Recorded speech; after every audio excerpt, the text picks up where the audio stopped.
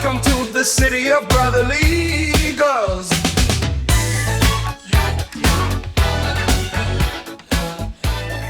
I'm here with Ruthless Taylor Dagner. Just signed a 5-fight BKFC deal, making her debut pretty soon on March 28th. Thank you so much for the time, Taylor. Yeah, thank you for having me. No, of course. I look forward to read a lot about your background and got a lot Mhm. a lot we can talk about and everything like that. How are you Yeah. feeling? You got a little bit over a month until you make your debut, your first of five Yeah, fights. How are you feeling? I'm pretty excited. I'm at that point with it right now where it's like hurry up and wait, hurry up and wait. Like I've been visualizing my debut since April last year, so now it's like the slowest 4 weeks of my life right now. So Are you in camp like actively right now or no? yeah, Yeah. I've been trained. Well, we started camp like 2 or 3 weeks ago. Okay. Whenever I signed on the dotted line, I started going hard like every day. I do train at home with my like fiance as my main sparring partner slash mitt holder. So it's kind of like a David Diaz shtick, but Yeah. I do have a partner there, so it's a little bit, a little different, but that same energy of training at home and like locking in that way. That's awesome. What are you working on now? Anything in particular now that you actually have a deal in place and it's not just like Yeah, fitness training, like you're actually dialed into a camp? Like, are you dialed in on like your opponent, watching film? Is it yeah, just general work, worrying about yourself? Like, what's the focus? I've watched all of her fights now, but it's always my game plan is always 80% the same. It's my strengths, and then it's only going to change that 20% depending on who I'm going against. I might tweak it a little bit, but she's actually um got a very similar style to myself. She likes those straight 1-2s down the center, so I think she's going to bring her best. I'm going to bring my best. I think it's going to be a good fight because we're both strongest on the feet. So, For we have sure. nowhere else to go in bare knuckle. It's going to be a scrap.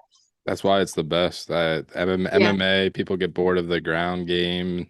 Boxing, people don't like the point fighting and backing up. So bare knuckles Mhm. like primal. It's the best. Yeah. So, yeah, I've have like looked at her fights, but yeah, 80% has just been sharpening what I know I'm good at. So, And yeah. you're probably, I mean, off the top of my head, you're probably the tallest in the roster, if not in your division. So I you'll am have the that reach. tallest flyweight, yeah. And ironically, I've been like preaching since I got signed, like I'm the tallest, I'm the longest. And with this girl, it's only a 1 inch reach advantage. She actually has a 68-inch reach. So that makes it, like I said, we're about like we're going to be tit for tat. It's going to be quite a scrap if she brings her A game. That's awesome. Now, how'd you get linked up with BKFC? I have been itching to get into BKFC since it was either 2020 or 2021. I really need to figure that out because I've had a couple interviews that I've, Yeah, I've said that. But after my second fight, Nate Shook messaged my coach and was like, let us know when she goes pro. We'd love to have her on the roster. And ever since then, so like 5 to 6 years now, I've been having that goal set in my head that I was going to make my professional combat sports debut with bare knuckle. And so, yeah, it's been a long time coming. that's good. Yeah, and so you had an amateur MMA pedigree. Why strictly BKFC? Is it because of your strengths of the stand up? Yeah, I suck at the ground game, to be honest. I really struggle when when someone gets a hold of me, man. I don't know if it's just lack of training that discipline. A lot of people they do wrestling and jujitsu just as intensely as I do striking, and they're good at it. So when I hate to admit it, but when you have a good wrestler versus a good striker, the wrestler's probably going to win nine Yeah, times out of 10. And I kind of got tired of that dynamic, and I knew once I went pro, I wanted to let's just get rid of that, and let's just put it where I'm good, which is in the pocket, sharp strikes and aggression. So I think I'm gonna do well.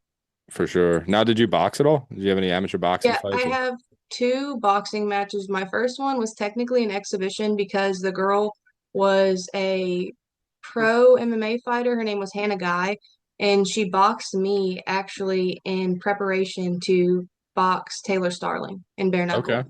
So I was like, I didn't know that, but I was basically just her dipping her toes in the water with boxing, and so I won that via split. And then she went on and boxed Taylor. And then I boxed again last year, or yeah. yeah, last June I boxed my first technically first amateur bout and won that. So that was That's all. good. That's Mhm. awesome. And why I talked to Taylor too. She did our show. But why do BKFC over traditional boxing? Well, to be honest, I find traditional boxing boring, Yeah, and I love being exciting. I want my fans to be on their feet when I fight. I don't want them to be sleeping through 10 rounds hoping I get a finish in the 11th or 12th, like standard boxing, it takes a lot of skill and I'm not knocking them, but it's just not as exciting as bare knuckle. Like you want a good fight, you go to bare knuckle. for sure, So, for sure. Now, how does one get into this life? How did you start like getting into combat and everything? well, unsanctioned, I've kind of always been around like violence and growing up and stuff. Like I've always seen that. So I kind of had that like I don't want to say chip on my shoulder, but it kind of was for the longest time, just that mean energy. And then when I moved, so the day I graduated, I moved down to Mississippi, and my fiance had been training. I was just going and like taking video and stuff, and you know that itch you get when you're like, I want to try that out. And so I'd been nervous or anxious to step in there, and then one day we actually watched a um, local card, and I had to take fight film for one of his teammates, and there was a girl fight on that card, and that made me want to do it. So I went to train the next week, and within a couple months, got my first fight, and That's that was crazy. pretty. Yeah, it was pretty crazy. Like the learning curve that I'm on, I think people haven't even seen a tip of the iceberg on how good I can be. So that's where this is a really exciting platform to be able to showcase all this improvement that I have had. So That's yeah, great. I'm pumped on it. Yeah, And I'm pumped on you're already making waves before your fight. You're getting good it. following and Mhm. engagement, and people are excited to watch you. So Oh I think yeah. you're going to be a star, you know? I love to hear that, man. It's crazy because you certain things you can kind of feel in your heart like I'm heading in the right direction. And there was something about MMA that just like called to me. And then I ended up, fighting and boxing being my strength. And just this last year I found out I got in contact with my mother's side of the family who I'd never spoken to before, and my great grandpa was a boxer when he was serving in the army, and he actually never lost except for one time he got rip roaring drunk and lost because he was wasted, and then came back the next weekend and beat the guy. So it's in my blood, It's been coming for a long time, and I'm super pumped to be able to carry that legacy on That's for the Mathis badass. family. Yeah, But it's pretty and cool. it'll be on Box Track, Tapology, Yeah, BKFC. yeah, You know, like my brother too was like, yeah, I box. He boxed in the Navy, this and that. yeah. You're gonna Same. you're gonna put the Dagner name on official though. You know what I'm Yeah, saying? it blows my mind really, but it in the best way, it feels right. Like all this feels like it's coming to fruition. So That's great. That's great. mm, Now you talked little bit about. I saw on I think it was the Mike and Miss show. You talked a little bit about your family background, and everything like mm. that. You comfortable talking a little bit about that? Yeah, I struggle to like sum it all up. So I end up going all over the place, but I'll try to make a long story short. This But time's for you too, Taylor. So don't worry about it. You know, cool, cool.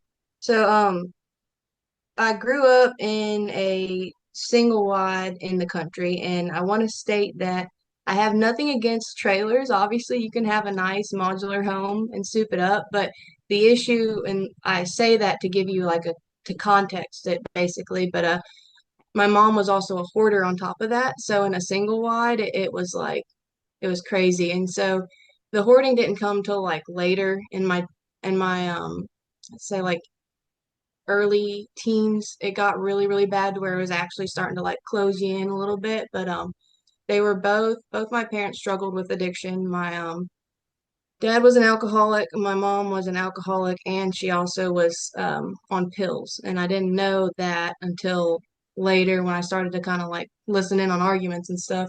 But so she was on pills and then she would gamble. And then so yeah, that mixed in with like thrifting, the hoarding eventually just got pretty intense, and so that was a lot. And then also we had double-digit dogs in the house, and at one point it got up to about 30 cats outside, shit. and these dogs weren't potty trained, because people when they have mental health issues, they don't there's a lot of things that end up falling to the wayside, and typically cleanliness is one of them. And so that was intense. And then to go through that and then, go to school, kids are ruthless. It was a lot. So I definitely feel like that made me such an aggressive person. Like for the longest time, I was just so mean. Like I felt like everything was out to get me, you know? But I feel like having my daughter in the last couple years specifically, I've started looking inward. Like where does this anger come from?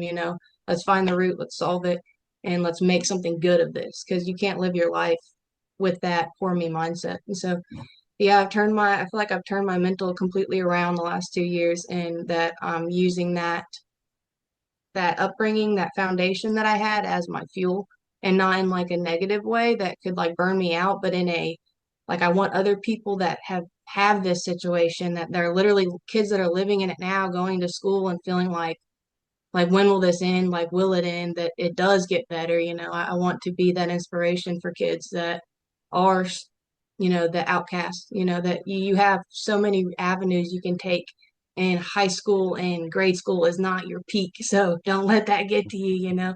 So that's kind of how I feel about it. Were you an outcast in school growing up because of all I that? feel like I feel like I almost outcasted myself in a way because I didn't want to be cliquey.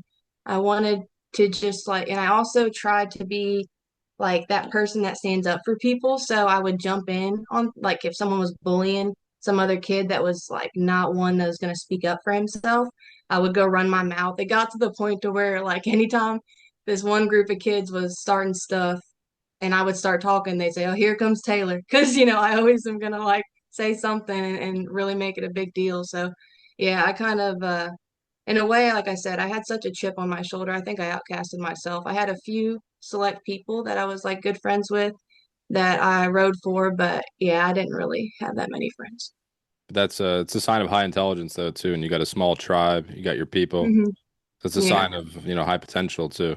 You're not a fair weather fan, friends with everybody. Sheeple. I don't like sheeple, Yeah, you can't be a Yeah, sheep, you gotta be a wolf, a for good wolf. sure. For sure.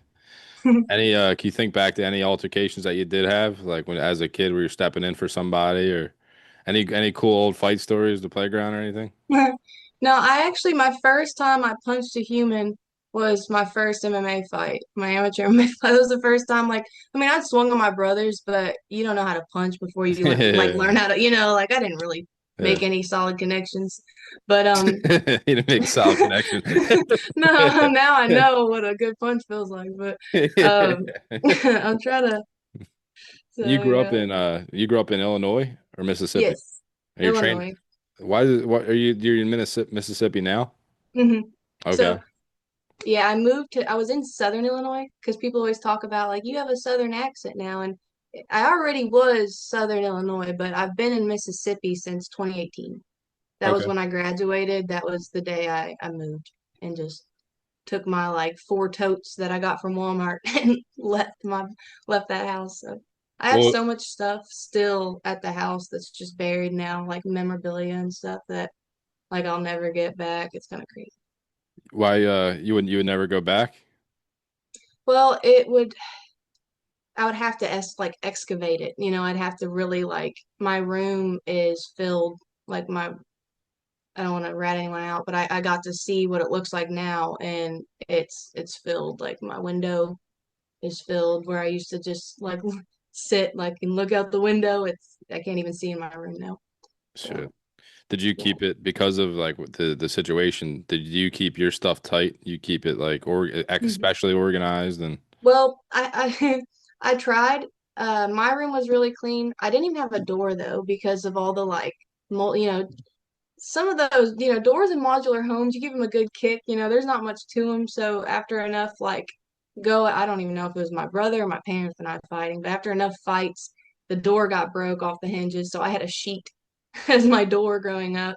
And then I would use tacks to try to like tack it to have a little privacy, but it wouldn't stop like the smell from getting in. But it was organized, at least in my room. It's all you yeah. can do is like have your safe space. Yeah. That's like mentally suffocating too. Oh, Yeah. it drove I realize now how insane that it was driving me, like to the point. and I don't talk about it much, but like I almost like went to a really dark place with living there. Like I almost didn't make it out, you know. So that's where it means so much to me to inspire people to like show them like that feeling, like that rage that you have, that you know, like don't let it overcome you. Don't let it beat you. Use that as your fuel. For Like you know, sure. start a forest fire with it, you know. So Where that's do how you I feel. where do you get your strength from now? You My know, how do you daughter, yeah, overcome that? yeah. I feel like just going through what I went through gave me such a thick skin. Like there's so many situations that I feel like or that I have been through before that broke me mentally that now I'm handling better. So yeah, I think it's just with time and then of course I got a mindset coach that's huge. Mike Moore, and he's gave me like he always said, fighting is the vessel. This is a life skills thing. You know, fighting is just the vessel. Use it, but use everything I teach you with fighting and apply it to your life. And so I did that, and it's given me like such a calm because I know now I can worry about my controllables and the rest I need to just push to the wayside. And so that's Yeah. helped so much. I I was mean, I still actually have issues. Sorry, go ahead. no, no, you go ahead, Taylor. I was gonna say I still have issues with my like some things with my parents or relationships because you always I mean, that's an ongoing thing. Every kid wants their mom and dad and to have like a healthy relationship. So we're working on it. You know, it's hard sometimes, but you have to compartmentalize like what I can control and what I can't, you know. So Yeah. And some situations are mental and like people can't help it a lot of times. As much as we want mhm. to like think otherwise or situation by situation for sure, but mental illness too, it's a tough, sad Yeah, thing, you know. and that's one thing I want to talk about that I didn't in my past interviews about it is that I don't blame my parents for having a mental illness. Like I understand so much now that they are just humans doing the best they can with what they had. And so like I don't like I already kind of had outs with one of my parents about talking about it all. And like I've bottled this up for 26 years now. I need to be able to get it out and kind of crazy to have the platform like bare knuckle to put all these eyes on it, but I mean maybe that was my calling too, you know, open that can of worms and hopefully inspire some people. But yeah, I don't want them to hold any guilt. I don't want them to blame themselves. I want them to know that I forgive them and I love them, but I've got to tell the story because I've got to do my calling and what I think it is inspiring others. Yeah, I'm sure there's a lot of people in that situation too that will see this and this interview and all of your interviews down the line too and get a Yeah. lot out of it because I can Yeah. imagine how suffocating it is, you know? Yeah. You don't feel like you have an out. Yeah. It is very suffocating. You also, it's easy in those situations to feel, like I said, like everything's against you. Like, you know, people have it better, people are luckier, people are more confident, but it's not that. Like, you can gain all those skills. Like, you can work yourself to where you're in the position that all these people that you're growing up around are in, you know, maybe even better because you have drive and they've been given everything. You know, yeah, I just hope people see it and are inspired by it for sure. Sure. Growing up through all that though, did you feel that you were destined for more? Like did you have that feeling? Yeah, I Yeah. don't know how to explain it, like, but my whole life, and I think teachers really fueled that because they were my main, like, parental figures, like, that I looked up to, but they kept telling me, man, you're special, you're going to do something with your life. Like, I don't know if it's going to be academics, like, don't think that you have to follow this school, college, whatever route, but you're going to do something with your life, and I believed it, and so I think this is it. It's like it just feels like a deja vu almost even talking to you, like I've been here before, you know? It's Hey, weird. why do you feel that way? The deja vu. Just it feels like I don't know, like I'm stepping into something that I already knew was going to happen, you know? It's very weird, but it doesn't feel far-fetched. It doesn't feel crazy or insane, even though if I look at it on paper, it's pretty crazy. But like it just feels right. Like my debut in March, this is a tough opponent. She's a Bellator vet. She's skilled. I'm happy. I'm excited for this. Like I can't wait to get in there and hopefully we're both bleeding and eyes swollen shut by the end of it and the fans are going crazy. Like that's my goal is to just put on a war with this girl. So it is scary, but in the best way. It just makes me feel alive, you know. So it all feels like like I said, I've been here before, or that it's everything's happening that should be happening. That's the perfect mindset to have. It's like the law of attraction. Like you visualize it before it happens. Yep. Yes, yes, I know exactly what you're on. Yep. yeah, it's Yep. crazy. Yeah. Visualization, feel that you're the champ already and you become it, Mhm. be the Yeah. person you want to be. Did you ever read the book Atomic Habits? It's in my list. It's literally on my list of to be read. We talked about it in my mindset course. So yeah, Check that's that one crazy. out. You'll like that I a lot. will. I'm gonna make sure it's up on top.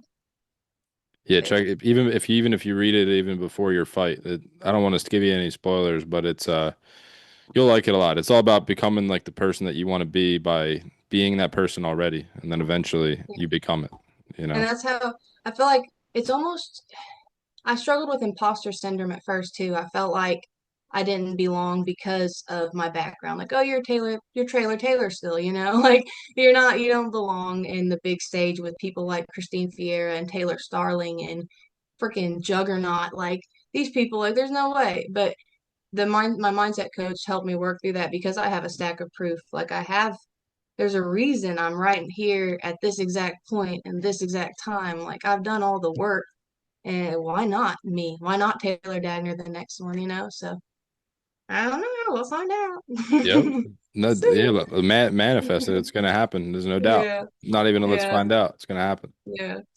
I think I still tack on the let's find out because the imposter syndrome's still in there. Like, not you. Just a That's little bit like everybody.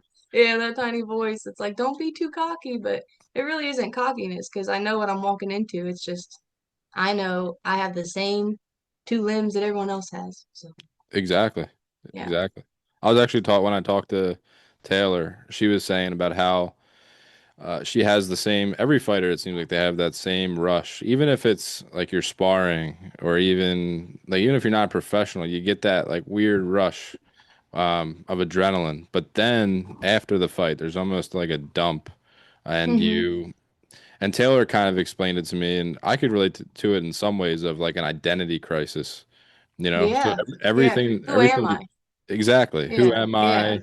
Because one day the fighting, like you're just getting your career started, but one day like you're not fighters anymore. We're not this anymore. But then you have to go back to your core. Like, what's my identity? Yeah. Like me and Yeah. Taylor were And talking about that, like firming up your identity of who you are as a person. And then just all the activities you do are just activities. and that's a huge thing. Like you hit the nail on the head. Like I am Taylor at a core. Fighting is what I do. Fighting is Yep. something I love. But if I lose in March 28th, I still go home to my daughter. I still read the same books I like. I still watch the same shows I like. It doesn't change anything in the scope of my life. Sure, it may sting a little bit on my ego, but that's only if I allow it. It's only if I take it as a loss, not a lesson. And so the hardest thing about after a fight is, like she said, that drop where your purpose kind of goes away for a second because you're not training for a specific goal. You're not, locked in on this specific person. You're kind of just healing and waiting for that next call. So it is a weird time. That's where it's great to have a good circle of people around you, good hobbies to turn to, and just a solid, like you said, awareness of who you are, because that's what you come back to every time. For sure. The fighting is just a Don't show. even don't even discuss the maybe I'll lose or I'll be this. Nope. No more imposter syndrome. No, no, that's just that's I guess that's yeah, a little bit imposter syndrome, but also I like to be a realist and lay out facts because I also struggle if I hold on to like you need to win, you need to win. It's that'll do me in just as bad as like it's okay if you don't, like whatever. But Yep. yeah, I do believe I'm gonna win March 28th, but I just don't want to sound like an asshole. You either win or learn. That's what I always been Exactly, say. Either exactly. either win Yeah. or I learn and I get better and I utilize those tools and whatever I learned. Yeah. And like you said, you win or I'm even harder to kill for the next girl. I feel even more sorry for the girl after Alexandra because damn, I get better every time. I really do. What do you know about it? It's Alexandra Ballou, right? hmm I know that she's, two. I think she's Yep. 2-2 as a pro. Yep. She fought in Bellator. I think it was 2019. She fought in Bellator the first time, and which is funny because I debuted amateur in 2020 and she was already fighting in Bellator in 2019. So that's another case of it's somebody that's been in the game way longer than me. So that's just another like cherry on top for when I do win. Like, yeah, look what she did versus this person that's been in the game. It should erase all that doubt that people have of me because I have lost quite a few because I have just began training in 2019, but I think I see it as a plus no matter what going against her because I rise to the occasion whenever I'm challenged and she's tough, so it's exciting. I know that she lost her last fight. It was like a standing rear naked choke. She got choked out, and then the fight before that she lost. Although she had some really good moments on the feet. I'm kind of curious, like the fight could have gone either way in my opinion, but yeah, she lost that last one. She had a knockdown in the second round at the bell, I think. So yeah, I've been watching everything of hers. I got a little TV in my bathroom and I just watch. I just watch her almost every night. I'm like looking at her. So Even in the bathroom, that's crazy. You're watching yeah, everywhere. I got her name on post-its throughout the house and stuff, like you or me. It's her or me. Like yeah. I hope she brings the best Alexandra, and I know she will. It's been 4 years. She's been improving. I don't think she's a slouch. And I'm gonna bring the best Taylor, and it's gonna be a fucking banger. I know that. Hell yeah.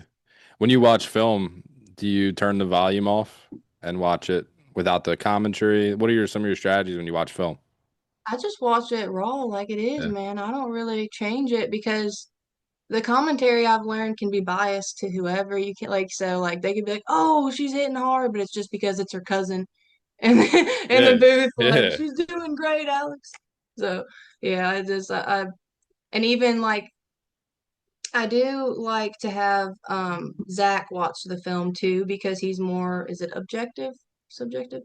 He's able to be less like biased. I tend to hype my opponents up in my head. Like I really focus on their strengths and I imagine that they have just worked on those tenfold and that their weaknesses are going to be gone the next fight because that's how I think when I fight and watch my film back. I try to hone in on my strengths and get rid of my weaknesses or make those better. So yeah, I like to have someone else look at it too to let me know like, hey, it wasn't that bad of a knockdown. The girl kind of was off balance, whatever it is. So Yeah. yeah, I have my eyes and then Zach's eyes on it too. So No, is Zach's your fiance? hmm Was he a fighter? Was he a yeah, fighter? he's a 35er. He was boxing the year before I started training was his first boxing match. So and we debuted MMA on the same card. Oh So wow. yeah, that was great. We were supposed to get married August 1st, excuse me, 2020.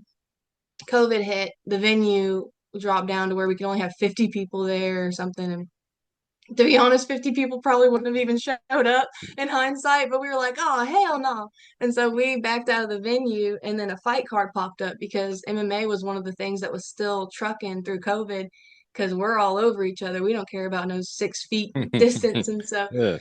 so yeah, we jumped on a card. So the day we were supposed to get married, that was the day that we started fighting. So it was like another one of those like forks. Like I could have easily gotten upset because I still got the dress in my closet. It still hasn't happened. But right now, Mama's got to make some money, and Mama's got to beat some people up first, and then we'll get back to that stuff. So Now, was yeah, he a fighter like his whole life too? Like, did you guys like how'd you he guys was link a up?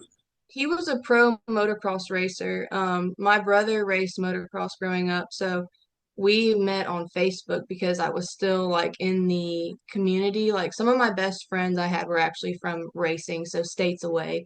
And so yeah, he was just he made it to Supercross. I think I can't remember what he qualified at or whatever, but he was up there and was training in Georgia and stuff like that and just life, he had been doing it since he was 9 or 10 and got pretty burnt out on it, was dealing with some mental health stuff and that kind of fell to the wayside and then we picked up fighting just because most athletes, lifelong athletes could probably agree with him that you go stir crazy if you're not doing something. So fighting was our something.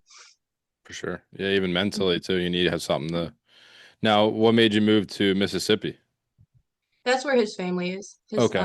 yeah, his He was born, or I don't know where he was born, but Memphis, Tennessee is like their hub. It's where their business is, and so they've always lived around there. So we're in northern Mississippi, which is 45 minutes from Memphis.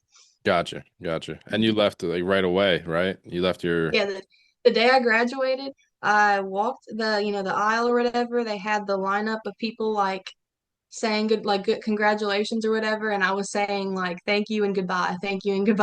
Like I won't be seeing y'all again. There were so many tears because it wasn't just high school ending. I knew I was leaving my whole life behind.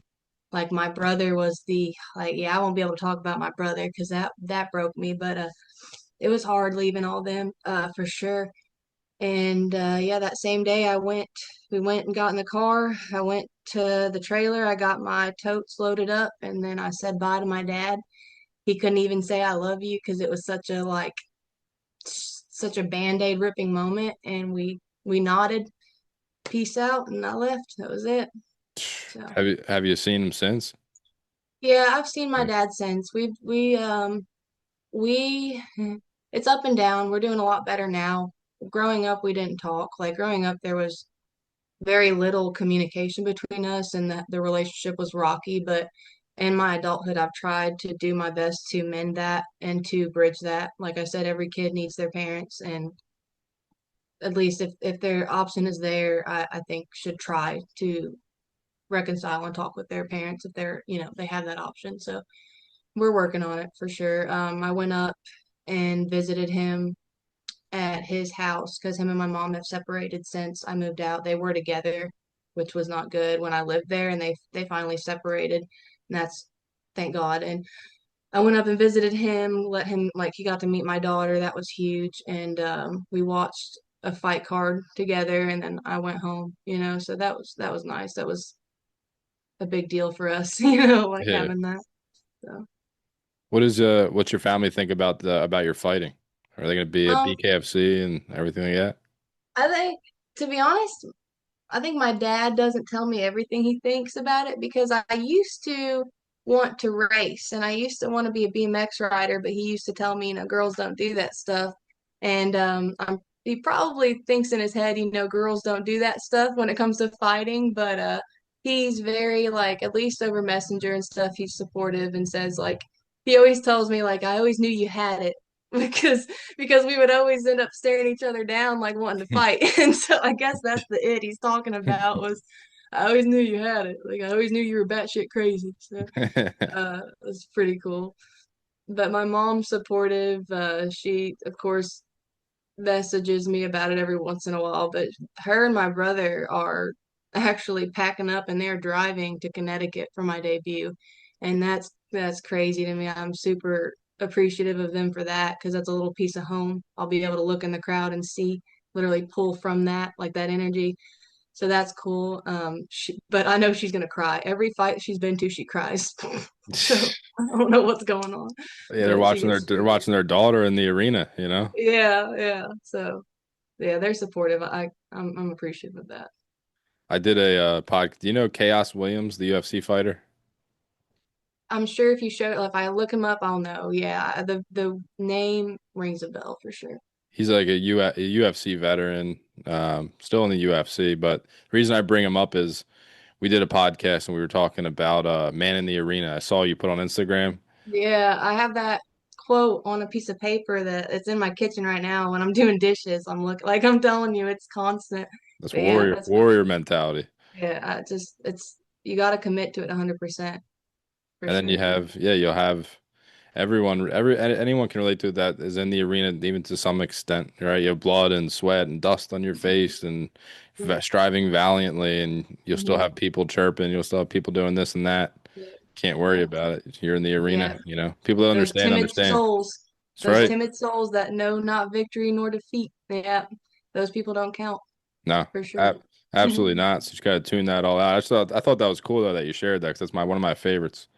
That's crazy. That's one of those like I just got goosebumps. One of those moments where it's like symbolism. I'm very big on symbolism and stuff like that. It's a mile marker. I don't know what else to call it.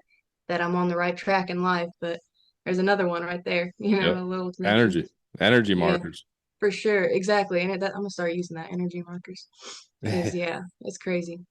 Yeah. Now, when you shared that though, I was like, did she see that Chaos Williams clip when she saw? Yeah, yeah. Yeah. I'm like looking through it. No, actually, that was just energy. That was energy right there. We were That's talking crazy. we were talking about that because he was saying how like he when he first got into the UFC, he was 3 or 4-0, 4 knockouts, and they were all first round knockouts, and he was ranked. He got into the rankings like top 15, and then he lost. Like it was kind of a like the guy just took him down the whole time and held him down the whole Mhm. time. That happened twice because he's a striker. And Yeah. we were just talking about that, how it's like people saying this or that. Like he's trying to get on the White House card, like they're doing a card at the White Yeah. House, and talk about all those different kind of things. And then we talked about Man in the Arena, but then afterwards I made a little. He's like, "Can you make me a video of like me talking about Man in the Arena?" And I put Man Hmm. in the Arena real big and like all his highlights with the podcast clip. And it got like a decent amount of views, so that's why I thought maybe you've seen it. Yeah, no, I'm gonna go look at it though, because that's really cool. That's when did you interview him too? Was it recent? Yeah, it was about a month or two ago, a month and a half ago, I posted that quote. a couple I hours don't ago. know when. I checked my Yeah, I phone did. there. Yeah. Yeah, and I had posted it months and months and months ago, just the screenshot of the whole Teddy Roosevelt like speech. I think I deleted it because I went through and deleted a bunch of like stuff that had low reactions. It only got a couple reacts, but that's maybe Chaos saw it. And that no, I'm just kidding. I'm Yeah, just maybe kidding. chaos My saw chair it. broke. My chair belt fell right over. You all That would right? have been hilarious. I'm good. I'm missing a wheel and this is broken. So I might just like tip over at some point. No, that's funny. Yeah, Sometimes that's crazy. sometimes the best quality stuff though gets the lowest engagement. That's like Mm. that's great quality stuff. Like but man, Yeah. you know. And then eh, I post a damn thirst trap and people are like, hey, no, no. Like, man yeah. in the arena, Teddy Roosevelt. Come on. After your win, I'll make up a video of you talking about Man in the Arena and have it going through with your stuff. That'd be cool. That'd be really cool. That would be cool. Man, we'll get some good highlights, hopefully, man. For From sure. that the debut. For Because sure. right now, man, I've been going through all my fights, and it feels like every time, I feel like this every time I watch a fight, but it feels like a different person. Like when I watch those fights, man, she's learned so much, man. She went through a lot, but Taylor today wouldn't exist if I hadn't gotten my ass whooped those many times. And the one girl that whooped my ass, she is fighting on the UFC card, um, this weekend, actually, Texas. Who is it? Carly Judice. She's Okay. fighting Juliana Miller. Yeah. Yeah.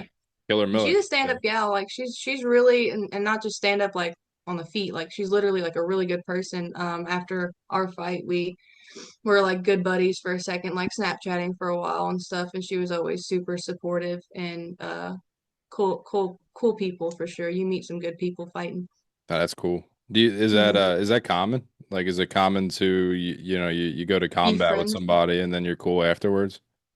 I like to befriend all my opponents. They don't always reciprocate. Like the first two girls I beat actually weren't very nice to me after, but I was nice to them. But I've always made it a point after all my fights to message my opponent and thank them for giving me the opportunity, win, lose, or draw. I like to reach out or like extend that olive branch because sometimes like I'll talk to him in the cage or I can be mean, and I don't want that to be like overall I'm a good person. I don't want that to be their lasting impression of me, so I try to like smooth it over. Like I had 10 dogs, but now I have 9. So I have less, but I have a lot of dogs still and they go You went crazy. from 25 to 9? Yeah, well, it was 10 dogs and 30 cats at one point or like in Illinois, I don't know. It might have been more than 10 dogs. I stopped counting. But How do you find that many dogs? well, my I have a mom, dog, but I don't just come across dogs, you know? yeah, well, the reason we have 9 now is because 2 of them locked up and they had puppies and we couldn't find people to buy them and yeah, we're pup lovers, so we didn't want to euthanize them or anything like that, so we kept them. But in Illinois, my mom was breeding them. She wasn't supposed to be, but she was breeding them and selling them. And yeah, still is to this day. I don't like that, but Yeah. um, yeah, that's a whole thing. That's how we ended up with so many because there was constantly litters, and they were like inbreeding. Not good. Yeah. Not good. I So, want once you have a dog, you become like a dog person. Like you realize how pure they are and like all they want to hmm do. They don't have any life aspirations. Like their life aspiration is just to spend time with you. It's yeah, to like say hi to you every day, like just that's hang out their with that's you their every day. dream, just to be with Yeah, you as long as yeah. possible. I have a What's little one. I don't know. She was in the background, but she came from Illinois with me. Like when I moved, I took her with me because she was one of the puppy mill dogs, yeah. and we saved her, and she's thriving right now. So yeah, I got one of them, one little piece from Illinois. What kind of dog? She's a pug beagle mix. I don't know. They would advertise them as puggles, but the beagle was mixed with something else. Like it Sketchy? was a hybrid. It was a hybrid. Let's call it that. It was a hybrid. So she looks like a chihuahua is what she looks like. I don't know what Do she is. Gotta you get her like tested. do you like big dogs or little dogs? I like little dogs because they can't get on the counter. Like if you got a big dog, like just one big dog in the house, big dogs are great. But like nine of them, they rally and I'm outnumbered and it's Yeah. scary. I like little dogs too. I have she's a Yorkie, Maltese mix. So you wouldn't Oh no expect it. way. Yeah, she's like Yeah. this big. Yeah. Real Like full tiny little. grown. Yeah, full grown. She's like seven Oh my pounds. So I can hold her in one hand gosh. like this. Yeah. I love that. I love that. We have a Yorkie. He is well, it's not my Yorkie, it's my mother-in-law's Yorkie, and he is 14 or 13, 14 I think now. That's old. 14 or 15. Yeah, That's he has good. no eye. He's blind. He's been in a couple fights, so he lost his eyes, but he's doing great. He's chubby. He loves his life otherwise. What's the key to having a dog live long since you have some experience? What's the key to their health? I would say like lots of love. Yeah. Just dopamine. Just dump the dopamine on him, like belly rubs, all the food in the world. That's really it. Like you said, dogs just want to be loved. That's all they care about. Yeah, it's their mission. Yeah. hmm Yeah. Yeah, she has I don't know if you ever dealt with it before, but she has little breathing problems sometimes. She has Oh, a like the like wheezing, yeah, like the the yeah, trachea. yeah. Does she like end up coughing like those fits where she's like can't breathe almost? Yeah, like she's doing I don't know if you can hear it in the background, but she's doing it now a little bit where she's breathing like it's like a wheeze, but then it starts off real light, but then at nighttime it gets worse, like in the winter time. Oh, She's 9, so she's up all night. yeah. You know? Bless her heart. Yeah, no, I Yeah. don't hear her, but I hope she gets through that little episode. Yeah, yeah. Back to your fighting. We talked a lot about all different stuff. About the dogs, I Yeah. tend to do that. I'm a yapper. I really am. I don't know how to have like a straightforward answer. No, I'm the same way. I go all over the place and just talk, and I'll be like, all right, it's been an hour and a half, you know. But Yeah. back to some of your fighting stuff. Anything you're focusing on now in particular? I know you train at home. You're training with your fiance. Anything in Um, particular you're focused on? right now it's I'm trying to think because I have different objectives every week. So mostly footwork, hand speed, and range awareness, just overall body awareness. Like you know how I reference him a lot, but he is one of the greatest to do it. But some of McGregor's like Cage Fury or Cage, the fights he was in before he went to the UFC, those are some of my favorites to watch. He's so like you can tell aware of every inch, like every muscle, every movement. I'm trying to be very like everything intentional, like no wasted movements in my training because whatever I do in training will show in the fight. Like you get fatigued, energy's up, the crowd's going, you got to have your muscle memory to fall back on. So I'm really focusing on being technical and using my reach fully. And Connor is a big believer in law of attraction too, visualization, and Look at are what he you got. exactly? Are you doing any? I know you have a mental coach. You said, are you doing any mental work? Any visualization? Any For specifics? sure. For sure. I visualized the start of the fight. I visualized like us towing the line. Dan Mergliotta is my ref in my head, and are you ready? Fight, are you ready? Fight, are you ready? Picture all that, and even the walkout. I'm visualizing the weigh-ins, the face-offs. Like I think about all that. I try to run myself through it because if you've lived it X amount of times, then when it happens, you can just fully be present and enjoy it. You're not like the cameras are a lot that you can get pretty overwhelmed if you're not ready for all that. I visualize that a lot. I listen to DYFM. It's Alexis Ferdinand. It's a podcast, or Fernandez. I'm not sure how to say her name, but she's a neuroscientist. She talks a lot about neuroplasticity and building better habits, using discipline, like so many topics. And I listen to her a lot just to make sure that I'm having productive mental thoughts. And so, yeah, it's in camp. I feel like a madman almost because I'm so focused on it all the time. Like if I'm not Yeah. listening to podcasts, I'm training out back. If I'm not out back, I'm meal prepping fuel for the fight. Everything is for the fight, you know. So yeah. What's when you say neuroplasticity, what exactly is that? Neuroplasticity is the concept that your brain is plastic. So, where you will think that, meaning that it's moldable, meaning that you may be say your parents were quick to anger, so you're quick to anger, and you'll just grow up saying, that's just who I am. Neuroplasticity is the science that no, that's not who you are, that's how you're wired. You rewire those thoughts by consciously interrupting patterns that are normally there and that are strong, and you can make new neural pathways by using these repetitive new thoughts, or like, you know, Yeah, yeah, basically that, just that you can change the way your brain works and the way you think of yourself, even that's through, interesting. yeah. It's really it is. And I've read a book on it. It wasn't an interesting book. It was more of a like sciencey book that was giving like a lot of like, these are the cells, this is the part of the brain that it, you know, but it still helped me like have a base knowledge on neuroplasticity. Yeah. And it ties into that, like your genes will influence your Yeah, start. epigenetics. Yeah. Yeah, Yeah. But your genes it's also pretty. have memory too. So it probably goes Mhm. into that too, right? Yeah, it does. And I don't think, because I thought it applied to the what, like to where I could say that, oh, my great grandpa box, so I have those epigenetics. I don't think it's been proven to work like that yet. It's more so like if my mom was quick to be anxious in a situation, I will probably have that wiring and I'll be more likely to be an anxious person. And then I'll have to work harder against to fight that or to tame that anxiety or whatever because it's in my epigenetics, if that makes sense. Now, do you get anxious or have anxiety even if you're not fighting? Like just Yeah, naturally and inherently? I used to like even going to Walmart, it got to where I didn't even want to go to Walmart, and it's sad, but it really is the way your brain thinks. Like if you think everyone's judging you, you're going to see everything that way. I started rewiring, like one of the first things I worked on with my mindset coach was one of the questions is how can you make someone's day to day? So something as small as like saying thank you to someone holding the door open.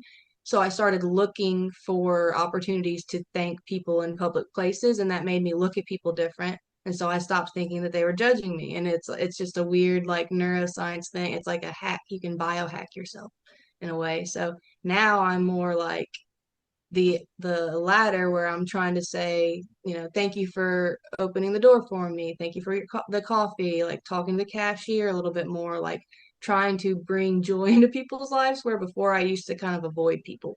Yeah. Like, didn't like, yeah, so it's crazy. Yeah. No, how do you deal with fight nerves? How are you dealing with fight anxiety? Fight anxiety, um, you have resets. So say I'm thinking about the walkout and I'm anxious, my first my first step would be to take a deep breath and physically reset. And then I would try to reframe that. Okay, am I nervous about the people watching? Then the people are there for a show. I am the show. And you know, you reframe those thoughts instead of being anxious. Now I'm thinking of it like I'm the main character. And then you try and it basically you talk your brain down from these places. And then the more time you spend talking your brain down, doing those resets, the easier it becomes the next time because that neural pathway is strengthened. So now I have less of those where I'm just stressed about the fight and more so of the thoughts. Like it used to be, oh, what if I get knocked out? That was a big fear of mine. Now it's everyone has a puncher's chance. Like if I have that thought, my second thought is I could knock her out just as easily as she can knock me out. So why are you worrying about something that you cannot control? What I can control to prevent that is be technically sound, be defensive, be smart on my feet. So, you know, you think of things that you can control rather than the uncontrollables, which is the fears and stuff. So, Yeah. I always say that. Even just worry about what you can control, and if you can't Yeah, control it, you can't stress about it, you know? exactly. Exactly. Now, what about people that are watching it that do deal with anxiety? Let's say they're not a fighter, they're a regular person. What advice Hmm. would you have to them to be able to handle? Because I know a lot of people I know like that have anxiety and, deal with that. Basically the same thing. It's I can't remember. I wish I could be a better student and tell you it's like 4 R's. You recognize, you reset, you reframe, and you refocus, I think is what it is. So recognize, what is this emotion I'm having? Reset, take the deep breath, stand up, jump around, shake your hands out. You're gonna feel stupid doing it, but your body needs that reset to get out. You can't sit in the hole. You can't sit in the anxiety. So get up is my first recommendation. Get up, move, take a breath, and then really ask yourself, like, am I scared right now because of this? Am I nervous because of this? And then list out what can I control and what can I control. And if you can't control it, then you really need to look back at that list of what you can control. And it's never a quick fix. Like anxiety is such a beast that you constantly have to tame. But the more you practice it, the less it'll control you. And part of it is not fighting it so much. Like if you're an anxious person, okay, I have anxiety. How can I cope with it? Not like I have anxiety, I should stay home, I should restrict myself. Like, don't let it like hinder you because that's the way it wins. That's how you Yeah. give it strength. Yeah, don't make it like your identity, right? Like that. Exactly, exactly. Yeah. Yeah, this is something that I deal with and trying to yeah, that makes perfect sense because a lot of people Yeah. will say I have anxiety Hmm. and let it consume them. And they'll say Yeah, so sometimes too, like there's nothing to even be worried about, but I still feel anxious. I hear hmm that a lot. yeah. And another thing too is look at your habits daily. Like, are you using any substances that aren't necessarily the best thing? Like even nicotine, it's legal. It doesn't help anxiety. And I'm big on podcasts because if you can sit there, you can be cleaning and growing your brain. So the DYFM podcast is a big one for people with anxiety. That before I got a mindset coach, that gave me almost all the information I needed on neuroscience. And really the biggest like change and revelation was just knowing you're in control. Like knowing that, yeah, you can completely get this under control. Like you're not an anxious person, you just have anxiety, you know. Makes sense. Makes sense.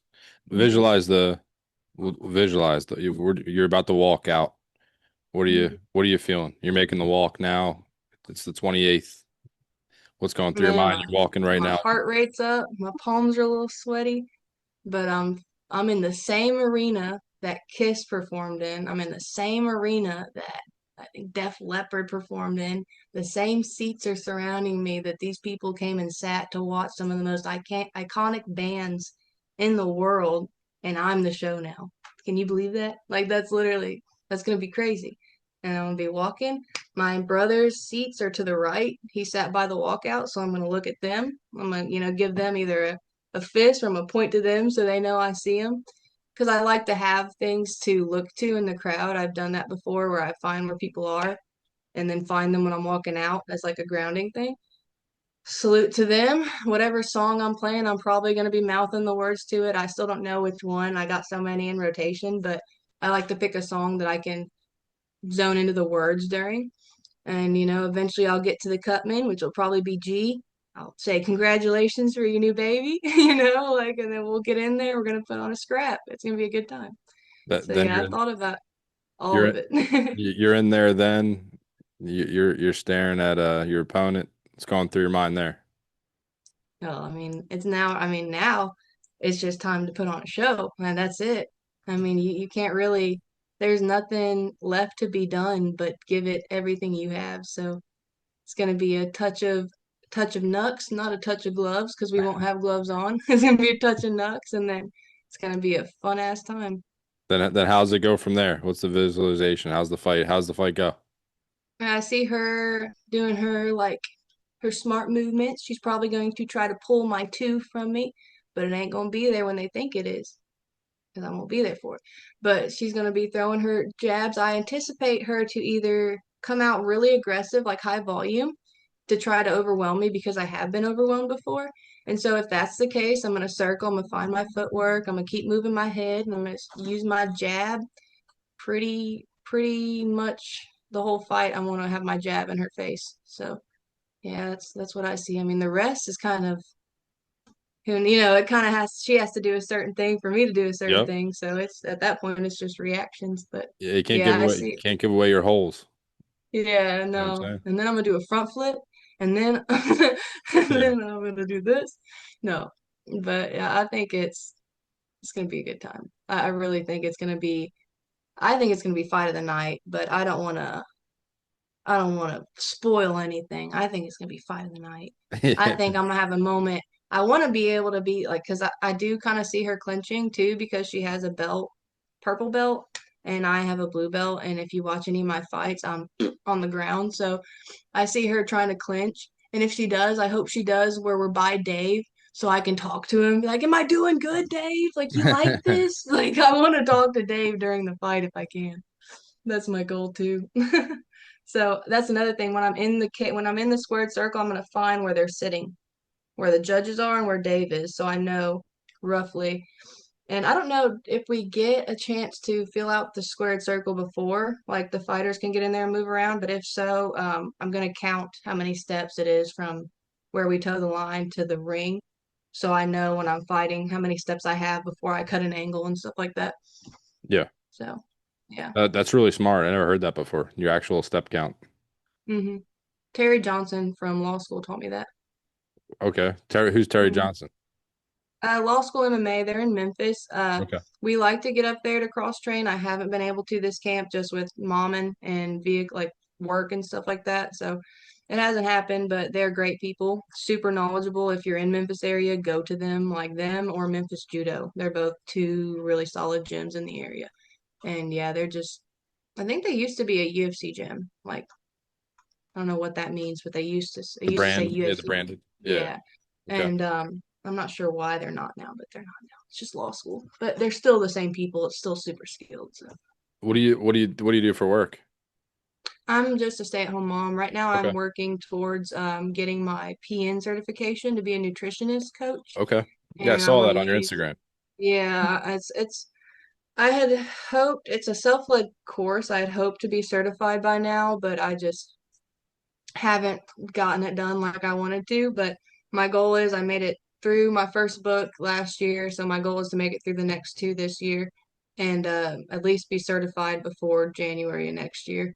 And hopefully with fighting, I'll be able to build some good clientele too with weight cuts and stuff. I already have a couple fighters locally that I'm kind of helping out with their macros and stuff like that to kind of practice, but that that's where my plan B kind of falls in. Like it'll keep me in fighting because I love fighting so much, but I could be like a BKFC nutritionist, like if they have one on board one day, that could be me. So that would be huge. I could stay with bare knuckle my whole like life. That would be awesome. Yeah, once you retire, you could be a full-time mom, full-time fighter. You could start your own Mhm. business as like a Yeah. nutritionist and Yeah. fight camps, doing proper weight cuts. Like there's so many angles you could take, and then that builds Yeah. credibility too. She's like she actually fought. She knows what. It's not just some random Joe Schmo.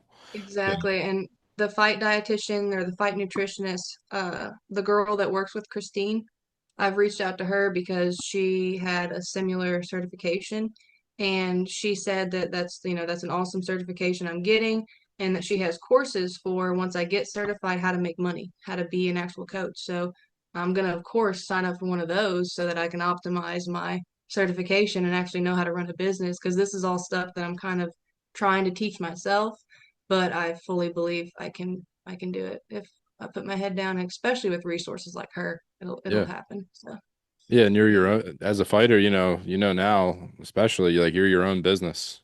You know Mhm. how you Yeah. carry yourself, and as you're fighting, as your BKFC career builds and all, you are the brand. So then you can start your Mhm. own brands from that and start your own companies, and Yeah. you're on that path for Ruth, sure. old Ruthless Nutrition sounds a little rough for local moms wanting to sign up, but I think that might be my brand. I'm not sure yet. And you I could do already have even it on. you could do supplements too, like it's fighter tested, it's fighter trusted. Yeah. you Yeah. know, like supplement. And there's a huge opportunity there too, because there's not many female focused supplementation. Like And everyone's women on are the cyclic. yeah. Yeah. Women are cyclic, and that's one thing that's not talked about enough. Like with weight cuts, like we have certain periods where we hold water and literally can't cut as much as like if I were a male with the same amount of mass, like like muscle mass. So it definitely would be is a not watered down field, the opposite of watered down. There's not many people in that field for women. So No, but that's a opening, you know. yeah, That's a yeah, opportunity. for The sure. the opposite is so saturated, you know, with all the different Yeah, I companies can't and think of the word, but yeah, it's the opposite. yeah, it's like I said, like the male nutrition market's so saturated, so you could definitely do something with it. Yeah. What music you thinking about? You said you have a couple walkout options. Don't give it away yet, but what's your music type? Like when you're training or when you're just chilling? Well, when I'm training, I like things like The Baby or Big X. I like even Lil Jon. Oh my gosh, did you hear what happened to his son? Like that's so No, sad. His son drowned in like a lake nearby or something. I don't know what happened. He just lost his kid. That's really sad. it's But terrible. I like Lil Jon. His energy is like awesome. Lil Jon's a Um, crazy one. yeah, he's like, okay, That's right. yeah, But when I was in middle school, I didn't even know he was still yeah. around. No, I love him. I don't know why, but Eminem even I still rock with Eminem's like older stuff. Like the one song that I keep going back to is the one that starts with the two trailer park girls going around the outside because Round we're me about because outside, round me outside. Yeah. it's a trailer trailer not trailer park but trailer girl fighting somebody. It's going right. We're going around the inside, but so that one's an option. But I have a couple others that are more so geared towards like the fact that I'm fighting her in her hometown and like I'm going up there and trying to take something from her. So that'll be fun if I do walk out to that and then win. But I don't know if I'm gonna walk out to that one yet because it What- is kind of aggressive. whatever you pick will be the right one. But I'm a big X guy. I love Big X. The Yeah, energy too, yeah, I mean, and I wanted on the Texas card when it was because I wanted to walk out to Big X in Texas. That would have yeah, went hard. That would have went hard. I like to look up the artists of the area and like pick songs from that. So at one point I thought I was going to be in Florida, and I had a couple. Actually, I don't know how to say his name, like X Temptation or something like that. The one yeah. sipping tea in your hood. I really Okay. like that one because I wanted to fight a girl in Florida that was from Florida. But now that's kind of an option for my girl in Connecticut from Connecticut because, we sipping tea in your hood. The fuck is Yeah, up? Like yeah. that's it right there. That's kind of hard. It does go hard. And my first fight was Taylor Gang by Wiz Khalifa. We walked out to Taylor Gang just because Taylor, so Yeah, I like to do stuff like that. I like to have fun with every aspect of it. yeah. I was gonna think of some big X ones to send you. Yeah. Big X would be crazy with that I bass mean, I am the drive. biggest and the largest. I'm the biggest. Oh yeah, yeah. Do that one. Do that one. I'm the tallest. That's pretty good. It's That's kind of like pretty it's good. it's like a flex too. You know what I mean? It Like I'm is. coming in, I'm making my debut. I'm the biggest. I'm the largest. You know what I mean? Yeah. Shit. That one might be on. I didn't really think about that one, but that one might be back on the list. Yeah, I got like four right now. But like is throw it up, Lil Jon? Because I don't think I'm gonna do Lil throw it up. Jon's wild. Yeah, That's a wild one. the oh I think it is him, but it's throw it up where it's like he starts listing off all the like Mississippi, like where you're from, like all the different states, and then you throw it up if you're from that state or whatever. Yeah, it was like I remember listening to that like a middle school dance or something like in Yeah. 2011. I'm Yeah, trying to bring fans from all age yeah, groups, But yeah, that's where I thought about that one just because it says Mississippi in it. Like I'm so weird about wording. I like to have like the Black Eyed Peas, that song Anxiety. I walked out to that because I had anxiety and I didn't have like I just said the words as I was walking out and didn't stress at all during the walkout. So it was like my anxiety cure was that song. So I put a lot of thought into my music I pick. who's some of your favorite female fighters?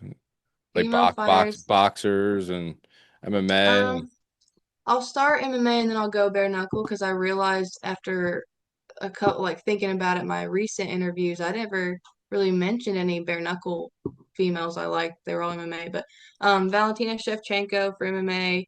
I like Zhang Wei Li because she has the same mindset coach that I do. Like, or she went through my the fight where she I think beat Rose maybe.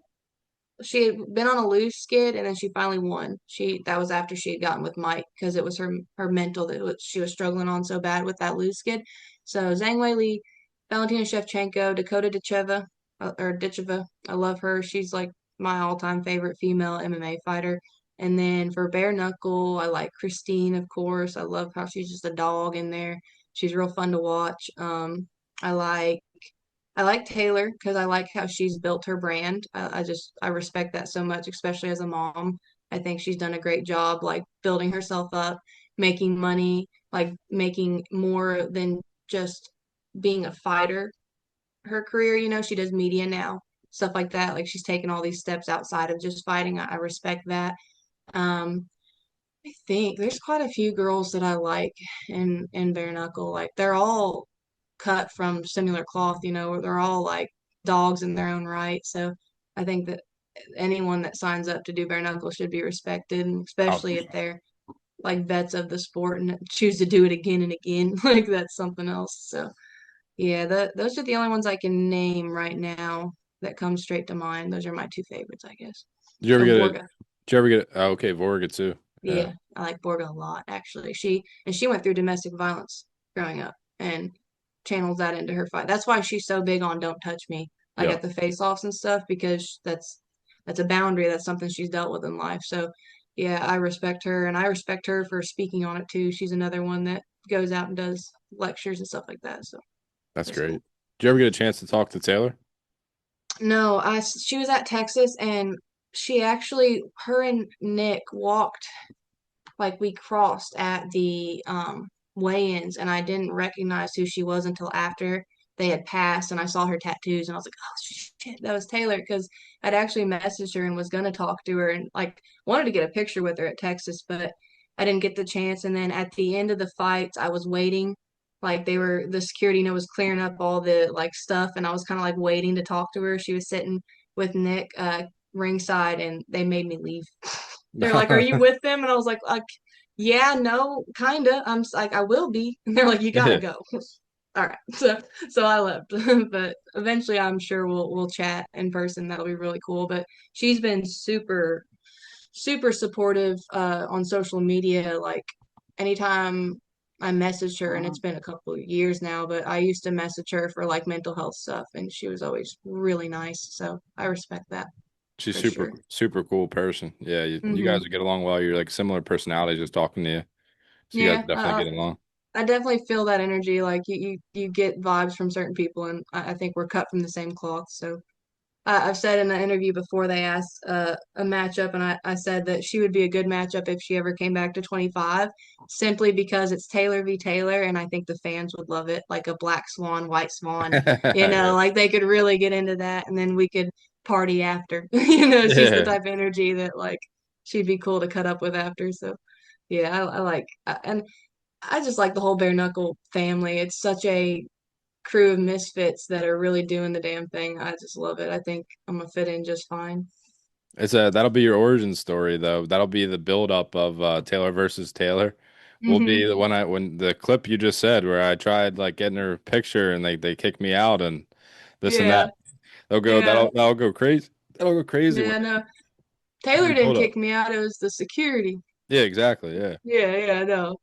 She didn't even see me. I tried to say Taylor at one point, but I didn't want to be like Taylor, Taylor, hey, Taylor. So I kind of half committed, and then they saw me and they kicked me out. So I was like, damn.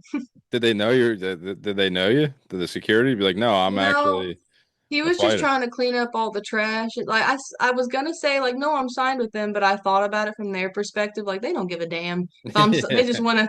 wanna clean up the chairs and go about their business. So I was like, all right, I'll get out your way.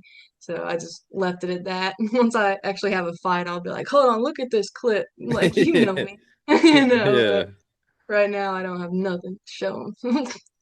Now that'll go viral. Well, that'll be a viral clip leading up Yeah, to hell yeah, hell yeah. awesome. We have all these things, man. I hugged Christina drunk. We can Yeah. add that.